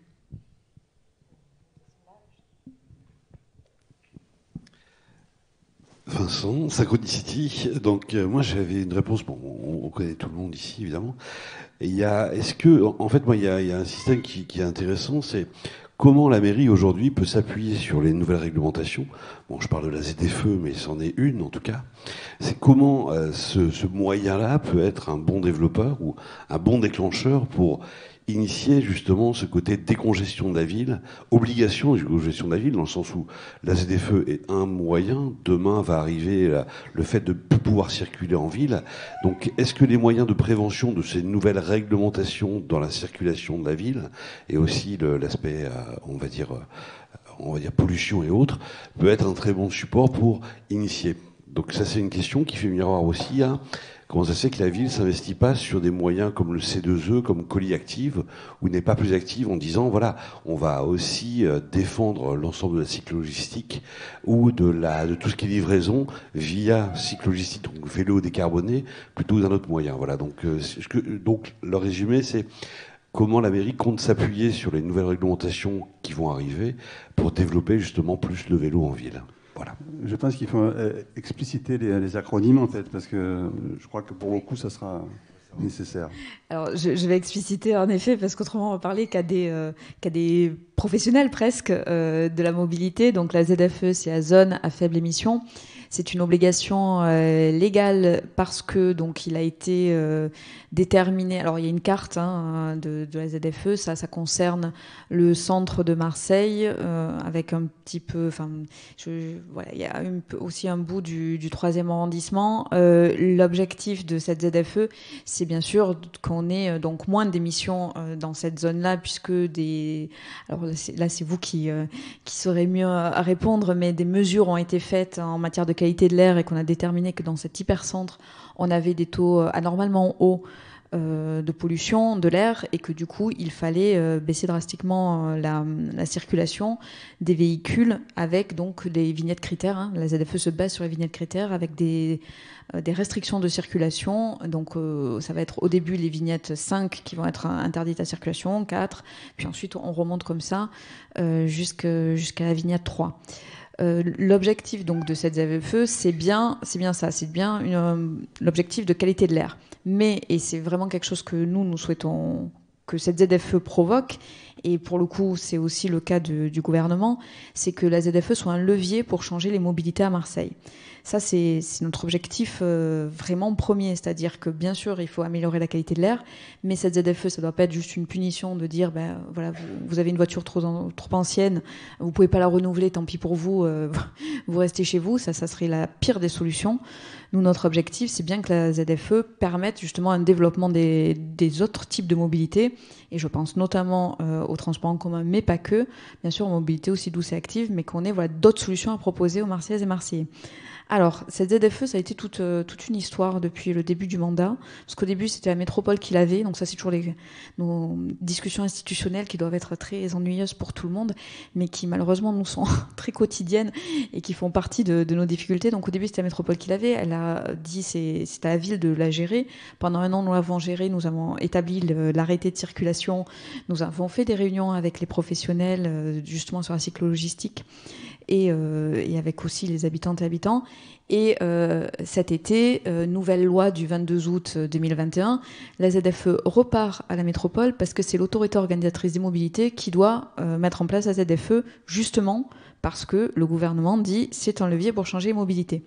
Donc nous continuons bien sûr d'être mobilisés sur la ZFE, mais du coup plus de la même façon, puisque c'est pas nous qui allons organiser la concertation, c'est la métropole. Mais en tout cas, on a écrit la métropole pour lui dire qu'on mettait tout à disposition, toutes les salles de la ville possibles pour qu'on puisse faire cette concertation au mieux. Et on reste bien sûr sur ces sujets-là, de bien sûr colis actifs, de tout ce qui est cyclo-logistique, de voir aussi, c'est quelque chose que nous réfléchissons avec Laurent Lardit, l'adjoint à l'économie, sur les zones de logistique urbaine, et de voir comment on fait ce lien entre non pas le dernier kilomètre, mais les derniers kilomètres, puisqu'il y en aura plusieurs pour rentrer dans la ZFE. Voilà, je ne sais pas si j'ai répondu du coup à cette question de professionnel. Ah. Madame. Moi, j'aurais une question.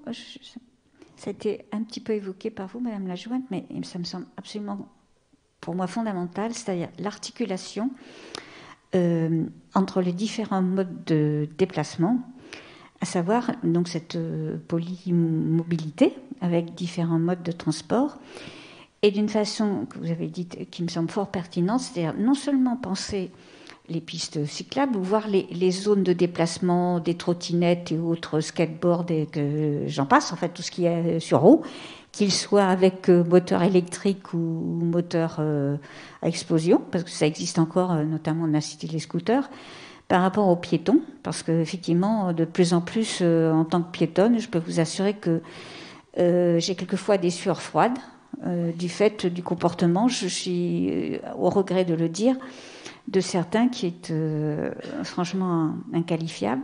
Mais ma question, donc, non seulement de penser les articulations dans la ville, mais aussi par rapport aux autres communes. C'est-à-dire que les déplacements qui vont, par exemple, pour le chemin de fer, les gens qui empruntent les terres tous les jours.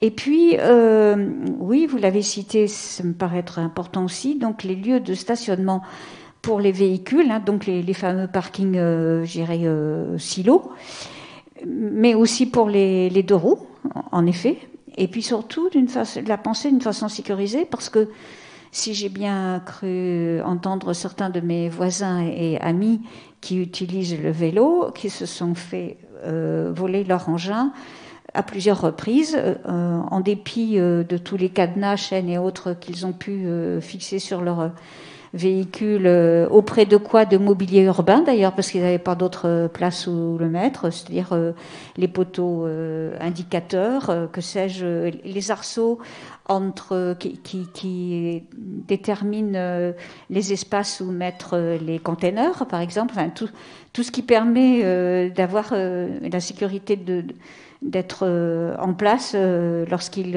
reviennent de l'activité pour lesquels ils ont abandonné leur véhicule sur la voie publique. Donc il me semble que ces articulations entre les différents moyens de transport, et notamment, je prends pour exemple, parce que j'ai eu le bonheur d'aller à Berlin pendant 3 mois, donc j'ai une expérience berlinoise, où je voyais les gens qui prenaient leur vélo et qui pouvaient descendre dans le métro avec leur vélo, ou voire même, j'irais dans certains bus qui étaient suffisamment grands pour qu'ils puissent aussi donc transporter leur vélo.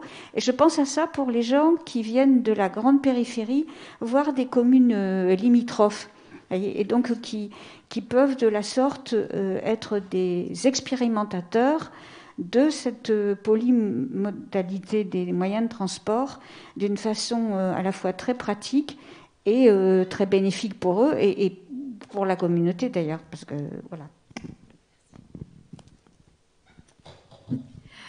Oui, vous avez, enfin, je vais reprendre puisque du coup vous avez posé plein de questions sur les piétons d'abord. Clairement, pour moi, c'est le premier mode de déplacement. En fait, quoi qu'on fasse après, qu'on prenne même une voiture, un vélo, un métro, on se déplace à pied. Donc, clairement, on doit avoir une attention vraiment toute particulière sur le mode de déplacement piéton, parce que je pense que c'est la première façon de se déplacer dans la ville, et c'est pour ça que ça doit être quelque chose qui nous occupe à chaque fois. Et c'est vrai que dans les réunions souvent que je fais sur les mobilités, j'aime à commencer par le mode piéton, parce que j'estime qu'ensuite les autres modes de déplacement découlent de ce mode piéton tout le temps en fait. J'allais dire la plupart du temps, mais non, c'est tout le temps. Sur le vélo et le stationnement, vous avez complètement raison. On a une vraie problématique de stationnement organisé et sécurisé. Et c'est aussi un frein à la pratique du vélo. Moi, j'en veux pour preuve que les gens, souvent qui ont un vélo, alors un vélo mécanique, mais surtout un vélo électrique, au vu du prix du vélo électrique, se retrouvent à prendre leur vélo électrique pour l'amener dans leur salon, quitte à monter des escaliers ou à le mettre dans l'ascenseur et à se retrouver d'ailleurs. J'ai un exemple très précis en tête d'un collègue élu qui s'est retrouvé coincé avec son vélo électrique dans son ascenseur et bon, il était bien en peine pour arriver à l'heure à une réunion, mais voilà, c'est des choses où à un moment donné, on peut pas être avec son vélo électrique dans son salon. Clairement, il va falloir trouver d'autres modes de stationnement beaucoup plus sécurisés et beaucoup plus simples pour que les personnes puissent utiliser leur vélo en toute sérénité sans avoir peur de se faire voler en bas de chez eux. Sur les TER, moi je suis une très fervente défenseuse du RER métropolitain et d'avoir enfin à Marseille un réseau de trains qui soit performant. Alors moi j'ai habité quelques années à Aix, donc entre Aix et Marseille, mais même avec le reste de la périphérie marseillaise. Et alors je ne sais pas si c'est déjà le cas entre Aix et Marseille, mais je sais que sur le nouveau TER de la Côte Bleue, il y a des espaces vélos qui sont dans le TER pour justement faciliter cette intermodalité. Et du coup, on peut prendre son vélo et aller dans le TER avec, je pense que ça doit être, à mon avis, hein, maintenant, ça doit être un peu le cas dans tous les TER, à vérifier. J'ai pas fait l'expérience. Non, depuis longtemps. Voilà, donc, voilà. Et c'est vrai que... Mais...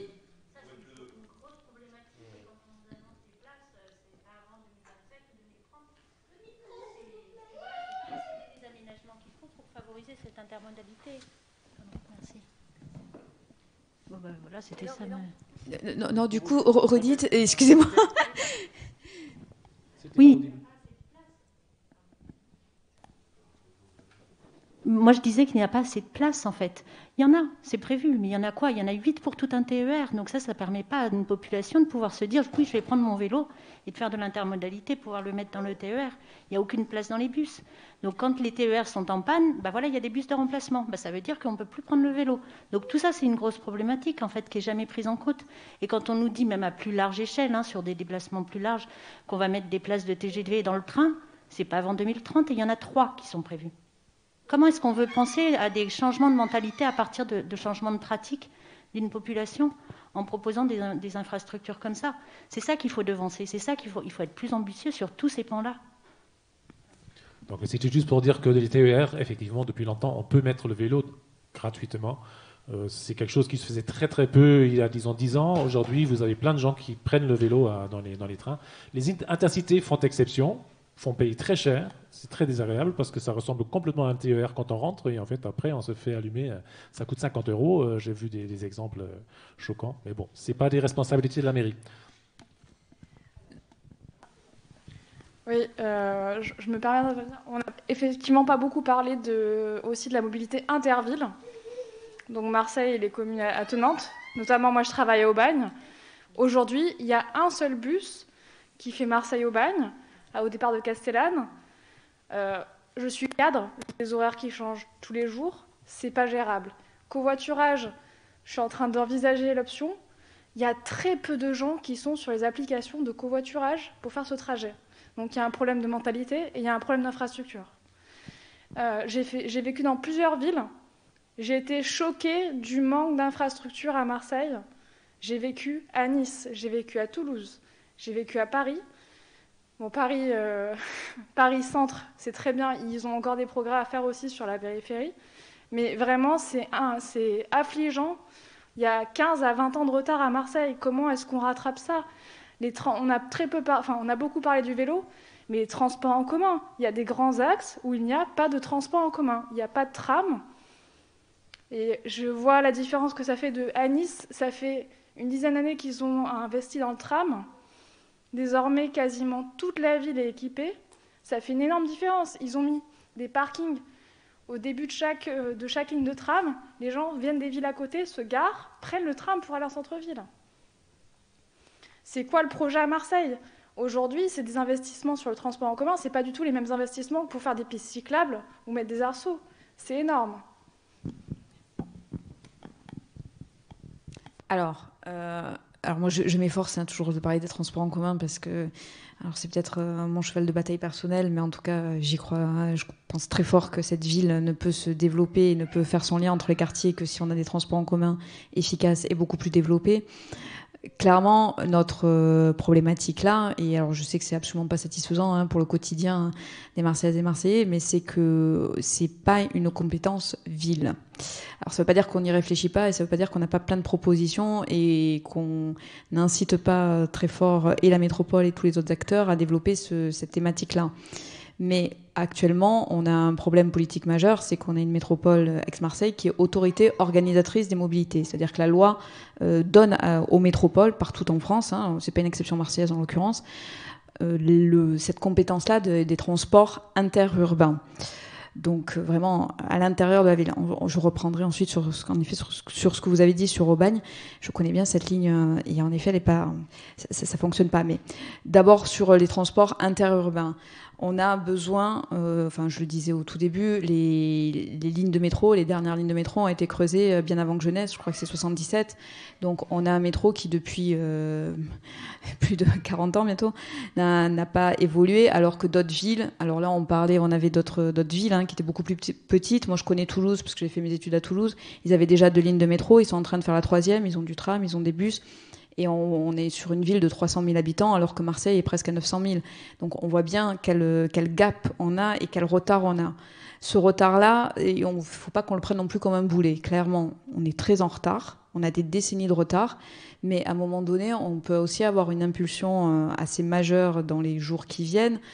Alors c'est peut-être pas la solution miracle et peut-être que ça déclenchera pas un métro dans 2 ans. Parce que pour faire un métro, il faut malheureusement du temps. Mais je pense que ce retard de Marseille en matière de transport en commun est connu maintenant de toute la France, jusqu'au plus haut niveau de l'État. Et on a aussi sûrement un groupement d'intérêt public qui a été annoncé par le président de la République où l'État devrait être partie prenante. C'est-à-dire que là, actuellement, on a une métropole qui ne finance pas assez les transports en commun. On va peut-être passer, en tout cas, nous, c'est une solution que l'on porte, moi j'y suis tout à fait favorable, à ce qu'on change de système et qu'on dise on a tellement de retard que là il nous faut en effet une impulsion avec l'État partenaire pour aller beaucoup plus loin et beaucoup plus vite sur les transports en commun, avec d'autres lignes de tram aussi, puisque le tram c'est un peu moins long que le métro, mais il nous en faut aussi beaucoup plus. Moi je souhaite que le tram dans les quartiers nord aille dans la phase 1 bien au-delà de Capitaine Gèze, parce que pour l'instant la phase 1 c'est juste doubler le métro. Moi je voudrais qu'on ait un tram qui aille au moins jusqu'au lycée Nord, puisque le lycée Saint-Exupéry, il y a aussi le LEP Saint-Louis, il y a Campagne d'Évêque, on a vraiment un ensemble urbain qui a besoin d'être connecté à la ville, et clairement il faut aller beaucoup plus vite. Ensuite entre les villes, donc l'interurbain, la ligne de bus dont vous parlez, clairement elle se retrouve aussi complètement dans les embouteillages. Et ce n'est pas possible, et c'est aussi toute la problématique des bus en site propre. Si on veut qu'on ait aussi des bus efficaces, il va falloir avoir des voies de bus dédiées. Autrement, ça ne fonctionne pas. Alors juste, je vois qu'il y a pas mal de questions et j'en suis ravie.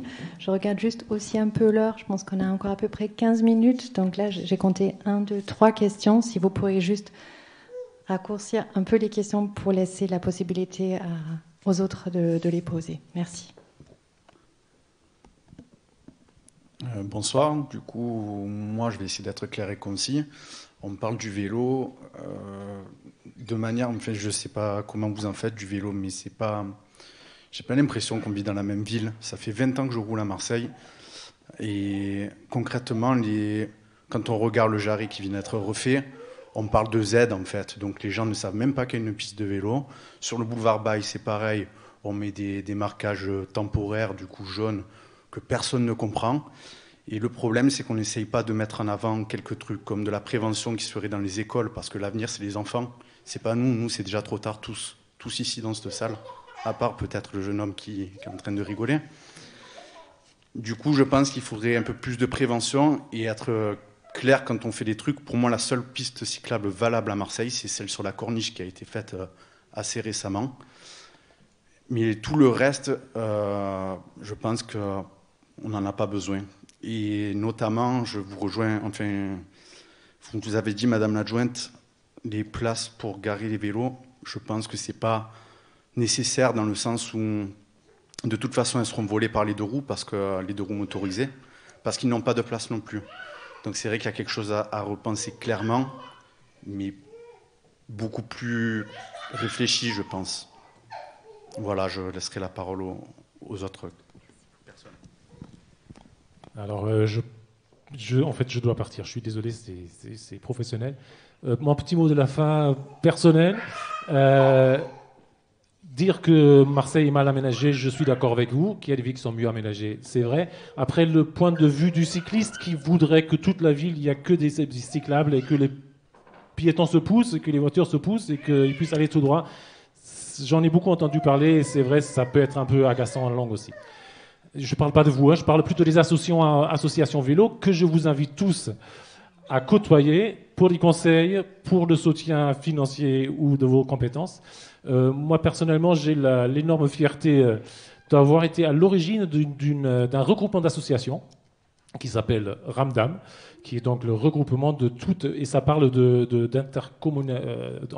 déplacement entre les communes aussi.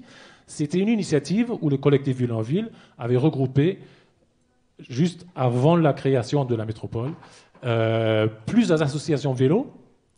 Voilà, il y a des gens qui sont présents avec leur carte d'adhérent. Donc, c'était l'idée de dire, nous, avec les associations vélo, il y en avait à Aix, il y en avait à Aubagne, il y avait à Salon, il y en avait 8 à peu près, Martigues, tout ça.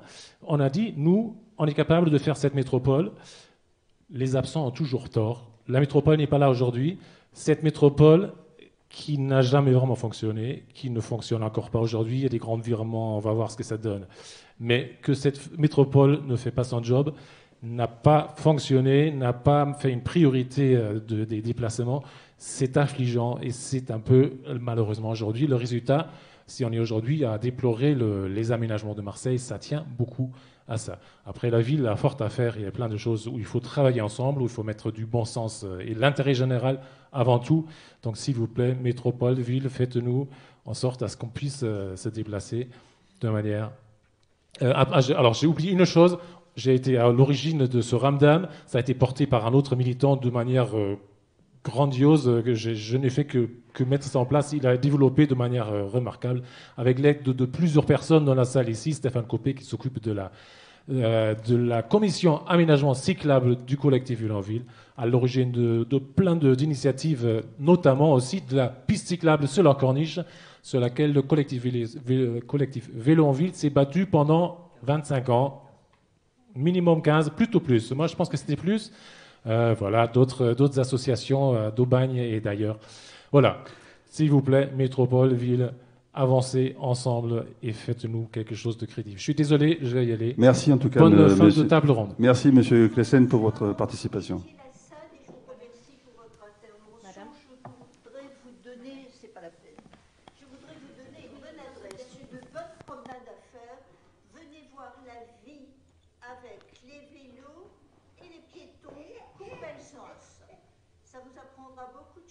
J'ai pas compris. Prenez le micro comme ça sera en plus audible pour tout le monde. Voilà, venez faire une promenade, Cour-Belzunce, et vous verrez la vie donc des piétons et des vélos. Je crois que ce sera une bonne chose. Merci. Alors, je voudrais quand même dire que j'ai été très surprise qu'on ne parle pas davantage de formation et donc dès le jeune âge et même pour les automobilistes et tous les gens qui circulent. Tous les jours, je peux dire tous les jours, j'habite à Notre-Dame-de-la-Garde, je vais centre-ville pratiquement tous les jours pour mes besoins personnels. Tous les jours, je vois des gens qui sont arrêtés, stationnés et qui ont leur moteur en fonction. Voilà, je leur tape à la vitre et puis je leur demande, et pour les habitants et pour la ville de Marseille, de bien vouloir couper leur contact. Il y en a 90% qui le font gentiment et il y a quelques dames un peu excitées qui me traitent de tous les noms d'oiseaux, mais enfin, c'est pas grave. Bon, et également, j'habite, alors vous dites les voitures, c'est la bête noire actuellement. Bon, moi j'habite à Notre-Dame-de-la-Garde. Marseille est construit sur des collines, ça monte comme ça, boulevard Andréone. Bon, il y a des jours où, bon, j'ai rien au bout des bras, je peux monter ou descendre, ou bon, il n'y a pas de souci. Mais le jour où je suis chargée, je trouve que ceci est fort long, fort difficile, et donc j'aimerais bien pouvoir prendre ma voiture, descendre Cours-Pierre-Puget jusqu'en bas, pouvoir quitter ma voiture. Mais ce n'est pas si simple que ça, de quitter sa voiture lorsque tu as eu besoin de la prendre. Voilà. Et ça coûte cher aussi. Ça aussi, je peux vous le... Et également, vous parlez donc de la pollution des voitures. Venez donc mesurer la pollution, par exemple, faite par le centre-bourse, par les extracteurs du centre-bourse. Là aussi, c'est une jolie histoire. Merci. Allez, Monsieur Berger. Oui, il y avait plusieurs questions dans votre intervention et je reprends aussi une question de monsieur tout à l'heure concernant les formations. Je sais qu'il y a des initiatives qui existent, qui sont portées notamment par la Maison de l'Emploi de Marseille et qui se rendent dans les... Pour information, les Savoie City va faire avec le sport en ville donc les premières sessions de formation. Prenez le micro. Non, simplement pour la formation, ne serait-ce que pour la cyclogistique, pour la sécurité routière, pour l'ensemble de la prise en main des vélos.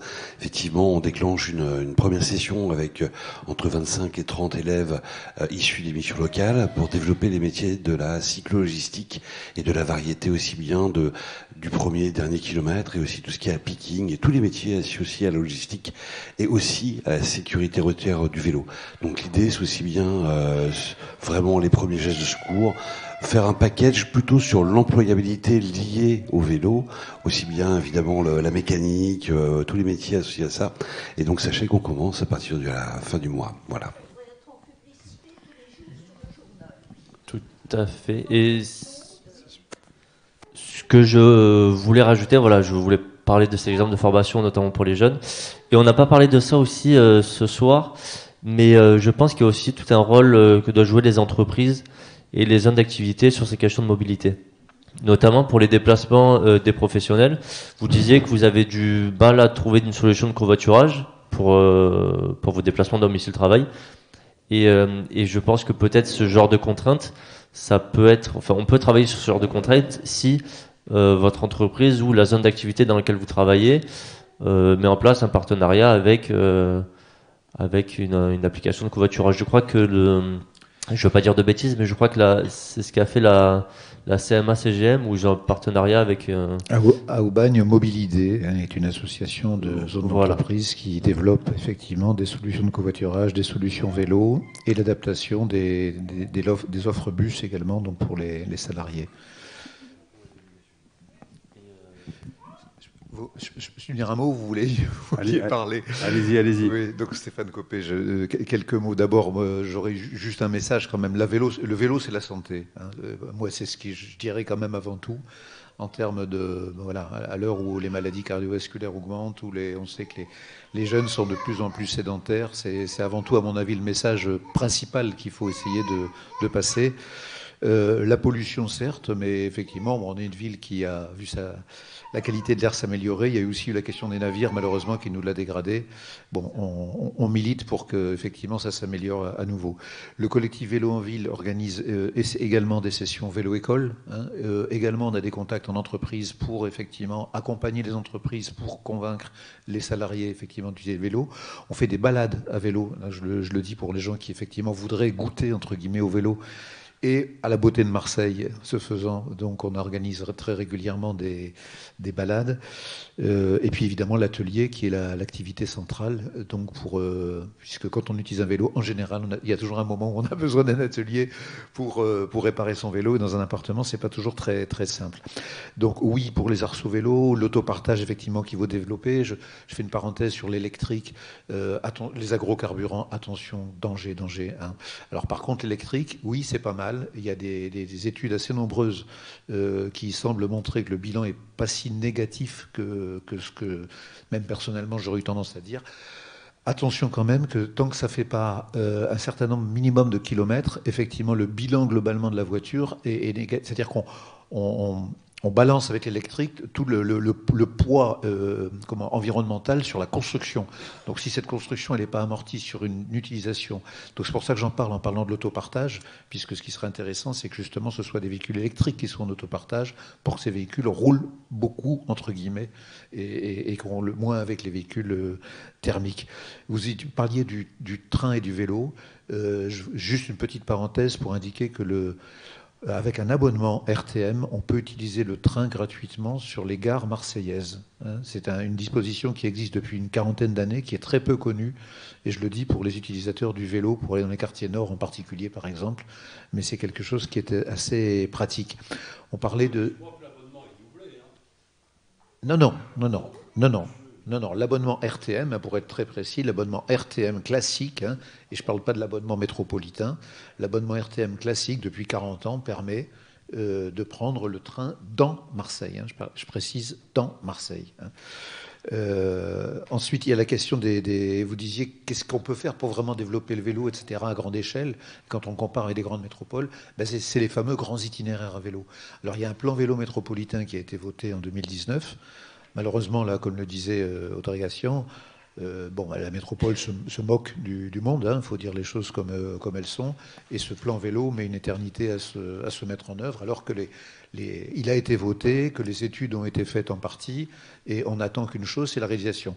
De la même façon que quand on a une bonne ligne de métro, une bonne ligne de tramway, on prend le métro, on prend le tramway. Quand on a une bonne autoroute, malheureusement, on prend sa voiture, on le voit avec la L2. Quand on a des grands itinéraires vélo, on prend son vélo. Ce sont des axes, pour ceux qui citaient Toulouse, le canal du Midi et la colonne vertébrale, grosso modo, des déplacements à vélo à Toulouse. Et c'est un exemple, par exemple. Voilà. Moi, je terminerai juste. Alors, l'histoire des RER, bien sûr, et du tram, et la possibilité d'utiliser, y compris peut-être, ça serait une disposition quand même pourtant facile, à partir d'une certaine heure, pouvoir quand même, ou avant une certaine heure le matin, pouvoir mettre son vélo dans le tram, ce serait quand même des choses qui seraient assez simples à obtenir si on avait une petite bonne volonté de la RTM. La libération des trottoirs, pour faire une parenthèse sur le vélo, et je terminerai sur la question des arrêtés de circulation. Je pense que le levier dont dispose aujourd'hui la ville, c'est la question quand même des arrêtés de circulation. Interdire toute circulation dans telle rue, dans telle ruelle, sur telle place, sur telle... etc. En attendant de pouvoir faire mieux avec la métropole, ce serait quand même des dispositions transitoires. Et un mot sur les ZFE, d'ailleurs, dans le même ordre d'idée. Ça va mettre encore un peu de temps. Il faut de la concertation, il faut des outils de contrôle. Mais en attendant, si déjà les services de police, et non seulement municipales, mais nationales, pouvaient faire leur boulot de contrôle des émissions de bruit et de polluants des deux roues motorisées et accessoirement des véhicules automobiles à moteur, ce serait déjà pas mal. On aurait franchi un premier pas avant, effectivement, des dispositions plus contraignantes. Voilà, c'est ce que je voulais dire. Merci. Oui, je vais du coup répondre à plusieurs questions, dont il y avait aussi les questions sur les arceaux à vélo. Et moi, je veux dire, il n'y a pas de fatalité. Là, si actuellement les deux roues motorisées s'accrochent sur les arceaux à vélo, c'est en effet parce qu'il n'y a pas de stationnement des deux roues motorisées organisé. Comme on le disait, il va falloir organiser cette ville et le partage de l'espace public. Et surtout, on sait qu'il y a des arceaux à vélo qui ne permettent pas aux deux roues motorisées de s'accrocher, en tout cas. De s'accrocher peut-être à l'extérieur, oui, mais en tout cas de s'accrocher à l'intérieur, non. Donc il n'y a vraiment pas de fatalité, ça dépend de l'aménagement urbain qu'on choisit, et il y a des aménagements urbains qui permettent que ça fonctionne. Aussi répondre sur les vélos-écoles et sur l'apprentissage des enfants. Alors, je pense qu'on n'est pas non plus une génération perdue. On peut s'améliorer notre génération, mais sur la génération qui vient, clairement, on a une sensibilisation à faire. C'est quelque chose il faut qu'on le fasse aussi dans les écoles, et je suis complètement d'accord avec vous, dans les écoles primaires, qui sont là de la compétence de la ville. Et aussi, c'est quelque chose que nous proposons en animation de la ville de Marseille, animation gratuite, bien évidemment, un parcours de sécurité routière à vélo pour les tout petits, lors de toutes les éditions de La Voie est libre, lorsque nous piétonnisons la corniche, et que du coup aussi beaucoup d'enfants apprennent à faire du vélo ces dimanches-là sur la corniche. plus, il y a aussi cette animation de parcours de sécurité routière à vélo pour les enfants qui est organisée par la ville de Marseille avec des animateurs de la ville. Et donc tout ça est assez bien encadré. Je pense que on ne communique pas forcément beaucoup sur toutes les animations qu'on propose dans la voie libre, mais ça en fait partie. Et c'est intéressant d'en parler. Sur le plan de déplacement des entreprises, oui, il y a beaucoup aussi de collectifs d'entreprises. Je pense à Cap au Nord, à la Cité des entrepreneurs, qui pensent vraiment beaucoup aux mobilités des salariés et à comment on organise mieux les mobilités des salariés. Et en finissant sur les arrêtés de circulation, on est en train de réfléchir à des zones 30. Alors on ne pourra pas passer toute la ville de Marseille en zone 30 km/h parce que la ville est trop grande, qu'il y a trop d'axes, ce ne sera pas possible. Mais parce que c'est une question qui m'avait été posée par rapport à ce qu'a fait Paris. Donc non, Marseille ne sera pas intégralement à 30 km/h. Mais on est en train de réfléchir aux noyaux villageois, à des zones comme ça où on peut apaiser la circulation. Ensuite, par rapport aux piétonisations, il nous manque un levier et je me bats depuis 1 an sur la piétonisation du secteur rue des Trois-Rois qui est entre le cours Julien et la Plaine. Il va falloir des aménagements urbains pour que cette piétonisation soit effective. Autrement, on va passer un arrêté de circulation, on mettra un panneau, mais si on n'a pas l'aménagement urbain qui correspond, ça peut être une borne rétractable ou autre. Malheureusement, la piétonisation n'est pas effective et n'est pas respectée. Et là, on ne pourra pas avoir un policier à chaque rue pour le contrôler. Alors, excusez-moi.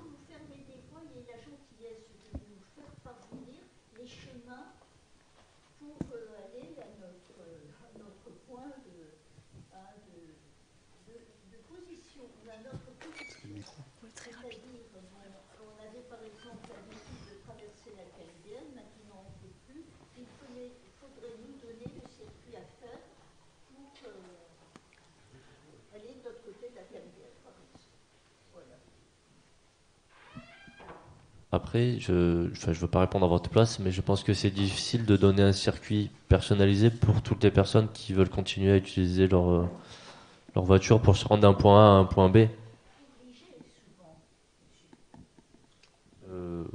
Oui, mais enfin voilà, comme je l'ai dit, je pense qu'il est quand même difficile de prévoir en fait tous les axes de circulation de tous les habitants de la ville.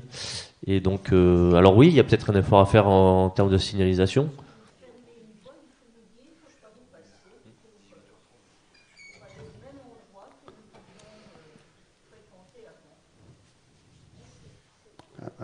Alors, excusez-moi, parce que le temps passe vite.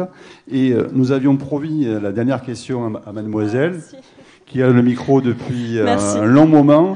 Alors, je vous en prie, posez votre question, mademoiselle. Merci beaucoup. Tout simplement, on parlait de formation tout à l'heure et d'entreprise. Je débute une licence 3e année donc, en management projet et travaux, donc infrastructure, génie civil, voirie et smart city. Je prends le micro pour 2 choses. La première, c'est que c'est une formation qui se fait avec le NTE, donc à Aix-en-Provence, qui est donc l'école nationale qui est résolument tournée transition écologique, qui apparemment va fermer dans peu de temps, dans quelques années. Donc la question se pose de politiquement ce qui est engagé réellement quant à l'évolution aussi de la formation, parce que la formation, c'est ce qu'on va engager, c'est ce qu'on engage aujourd'hui, mais pour demain également. Donc d'un point de vue aussi infrastructure, voirie, ça voudra dire qu'il y aura des changements, des choses à envisager, beaucoup certes de travaux ou de choses comme ça, mais à quel point vraiment la métropole n'est pas là, c'est dommage, mais à quel point il y a une volonté d'investir finalement en ce sens. Et enfin, je prends le micro, c'est un appel, vraiment, c'est qu'on parlait d'entreprise. Je suis en difficulté pour trouver une entreprise qui est plutôt tournée développement durable ou transition écologique. Je suis à ce jour en train d'étudier sans avoir d'entreprise. Donc je fais un appel au cas où. et voilà, donc la question est de savoir aussi, d'un point de vue de l'entreprise, de l'entrepreneuriat, qu'est-ce qu'il y a comme réelle volonté à tourner ses objectifs vers la transition écologique. C'est-à-dire quel est l'impact de ce qu'on entreprend aujourd'hui pour demain, quoi. Donc si je reformule, vous nous parlez de l'absence d'un peu de débouchés, justement, dans le monde de l'entreprise sur la transition écologique. disons que je me pose la question, faisant face à cette difficulté de trouver une entreprise où on n'est pas seulement dans la problématique des travaux, purs et durs, mais dans la problématique des travaux en adéquation avec ces questions qui sont posées quant à l'évolution de ce que va être la ville de demain. Donc la circulation dans la ville, donc tout ça finalement, et ça implique beaucoup de choses. Et là, je fais le rapprochement aussi avec le Smart City, ce qu'on disait tout à l'heure. Voilà, comment faire face. Je ne sais pas à quel point les entreprises elles-mêmes se tournent vraiment vers cette question, parce que par peut-être question de sécurité, on adopte les mêmes recettes qu'on a appliquées pendant longtemps et ça marche. Est-ce que vraiment il y a une propension à vouloir changer les choses d'un point de vue, pensez-vous, entrepreneurial ? Peut-être l'avis d'Air Climat, peut-être que vous avez une vision plus globale, justement. En fait, je vais vous dire, sur cette question-là, je vais peut-être prendre une autre casquette. C'est avant de travailler chez Air Climat, je travaillais dans un réseau d'entreprises qui s'appelle la Cité des entrepreneurs d'Euroméditerranée. Je travaillais justement sur ces questions de mobilité durable. Et alors, la question de l'implication des entreprises, j'ai envie de vous répondre, en fait, ça dépend desquelles.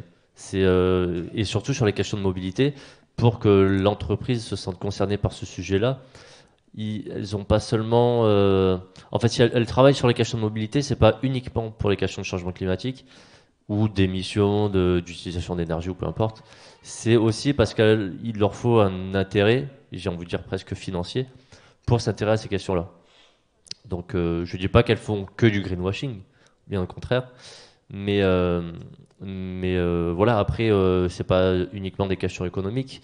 Je pense aussi à comment ça s'appelait, une entreprise qui s'appelle Oxatis, qui est dans le 15e, et qui a mis en place pas mal de solutions alternatives à la voiture. Et donc, pour le coup, c'est une entreprise qui est assez engagée sur ces questions-là, et qui, par exemple, avait mis en place, et a toujours mis en place, je crois que c'est toujours d'actualité, une micro-navette qui récupérait les salariés à Bougainville et qui les amenait directement jusqu'à leur lieu de travail, parce que le soir, il y avait une question d'insécurité aussi pour les salariés qui ne se sentaient pas forcément de rentrer à pied, qui ne se sentaient pas d'entrer le bus, surtout c'est dur à dire, mais surtout les femmes le soir. Et voilà, donc ils avaient mis en place justement des moyens de déplacement alternatifs à la voiture, mais ils ont eu cette implication-là parce que, au-delà des préoccupations climatiques, je pense qu'aussi il y avait d'autres sujets à côté qui nécessitaient qu'ils s'impliquent. Alors nous avons une toute dernière question ici. Oui, bonjour. Moi, j'ai une dernière question qui est très concrète, puisqu'on parle de futur. Et là, très récemment, on a été, en tant que citoyen, invité à participer à une consultation pour le futur plan de déplacement urbain, dirigé par la métropole. Et donc, moi, je m'y suis intéressée et je me suis dit, alors, je vais voir un petit peu ce qui se passe ailleurs. Et justement, à Lyon venait de sortir, de l'adopter, son plan de déplacement urbain. Donc, c'est à horizon 2030. Celui de la métropole, c'est aussi à horizon 2030. Et qu'est-ce que j'ai constaté ? C'est que les objectifs de la métropole de Marseille pour 2030 sont exactement les résultats obtenus, le point de départ de Lyon en 2015. Donc il faut remettre un petit peu, c'est pas un gap, c'est quelque chose qui est énorme. Donc moi, dans ce contexte-là, avec ce PDU qui est proposé, qui est très peu ambitieux, j'ai de sérieuses inquiétudes à savoir comment est-ce qu'on va passer au-delà des clivages et au-delà de... Il y a vraiment une urgence, en fait. Donc j'espère que le groupement public d'intérêt public va pouvoir participer à ça, mais en aucun cas on peut se satisfaire d'un PDU comme ça en l'état. Enfin, je ne sais pas ce que vous en pensez, mais moi c'est assez effrayant. Oui, alors c'est vrai que nous, ça fait partie des premières délibérations qu'on a passées en conseil municipal, l'avis de la ville de Marseille sur le PDU métropolitain. C'était le 5 octobre 2020. Et clairement, on dénonçait dès le début que ce PDU était trop peu ambitieux par rapport à ce dont Marseille a besoin en matière de déplacement. Donc je suis complètement d'accord avec vous, on manque d'ambition et c'est quelque chose qu'on souligne très très régulièrement. Ensuite, il y a clairement quelque chose qui est de l'ordre du sens de l'histoire. Je pense qu'on ne va pas pouvoir, et la métropole ne va pas pouvoir tourner le dos à l'histoire plus longtemps. On a une ville une ville-centre, puisque Marseille est quand même la ville-centre de la métropole, deuxième ville de France, qui va devoir changer radicalement de fonctionnement en matière de mobilité, tellement de toute façon elle est complètement sclérosée par les embouteillages et ça ne fonctionne plus. Et on est à ce changement-là de l'histoire. Donc moi, je pense vraiment que ce GIP peut être une impulsion majeure. Il y a aussi les questions sur la répartition de la gouvernance, la répartition des compétences, qui est quelque chose aussi qui nous tient à cœur.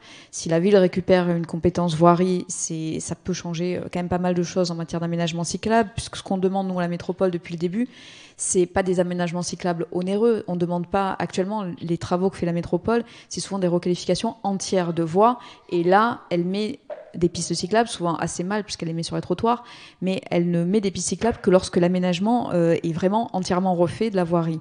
Nous, ce qu'on leur a dit, c'est qu'on n'a pas besoin d'avoir des routes en plaqué or. Hein. On a besoin d'aménagements aussi des fois frugaux. C'est-à-dire que le petit séparateur physique qu'on demande sur les pistes cyclables, c'est un aménagement assez frugal et ça ne demande pas des montants si exubérants en matière de voirie. Donc il y a aussi comment on répartit, comment on réalloue, on va dire, ces crédits-là et ces sommes-là.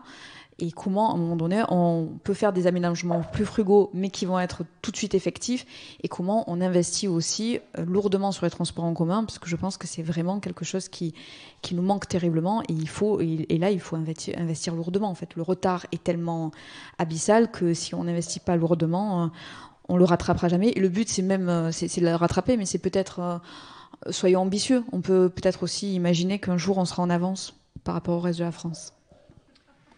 Messieurs, dames, je voulais vous remercier. On n'a pas parlé de la voiture volante, le futur. La voiture volante, peut-être dans une prochaine conférence, qui sait. Vous remercier d'avoir participé, nous inviter d'avoir participé à cette table ronde fort enrichissante, d'avoir aussi posé de très bonnes questions.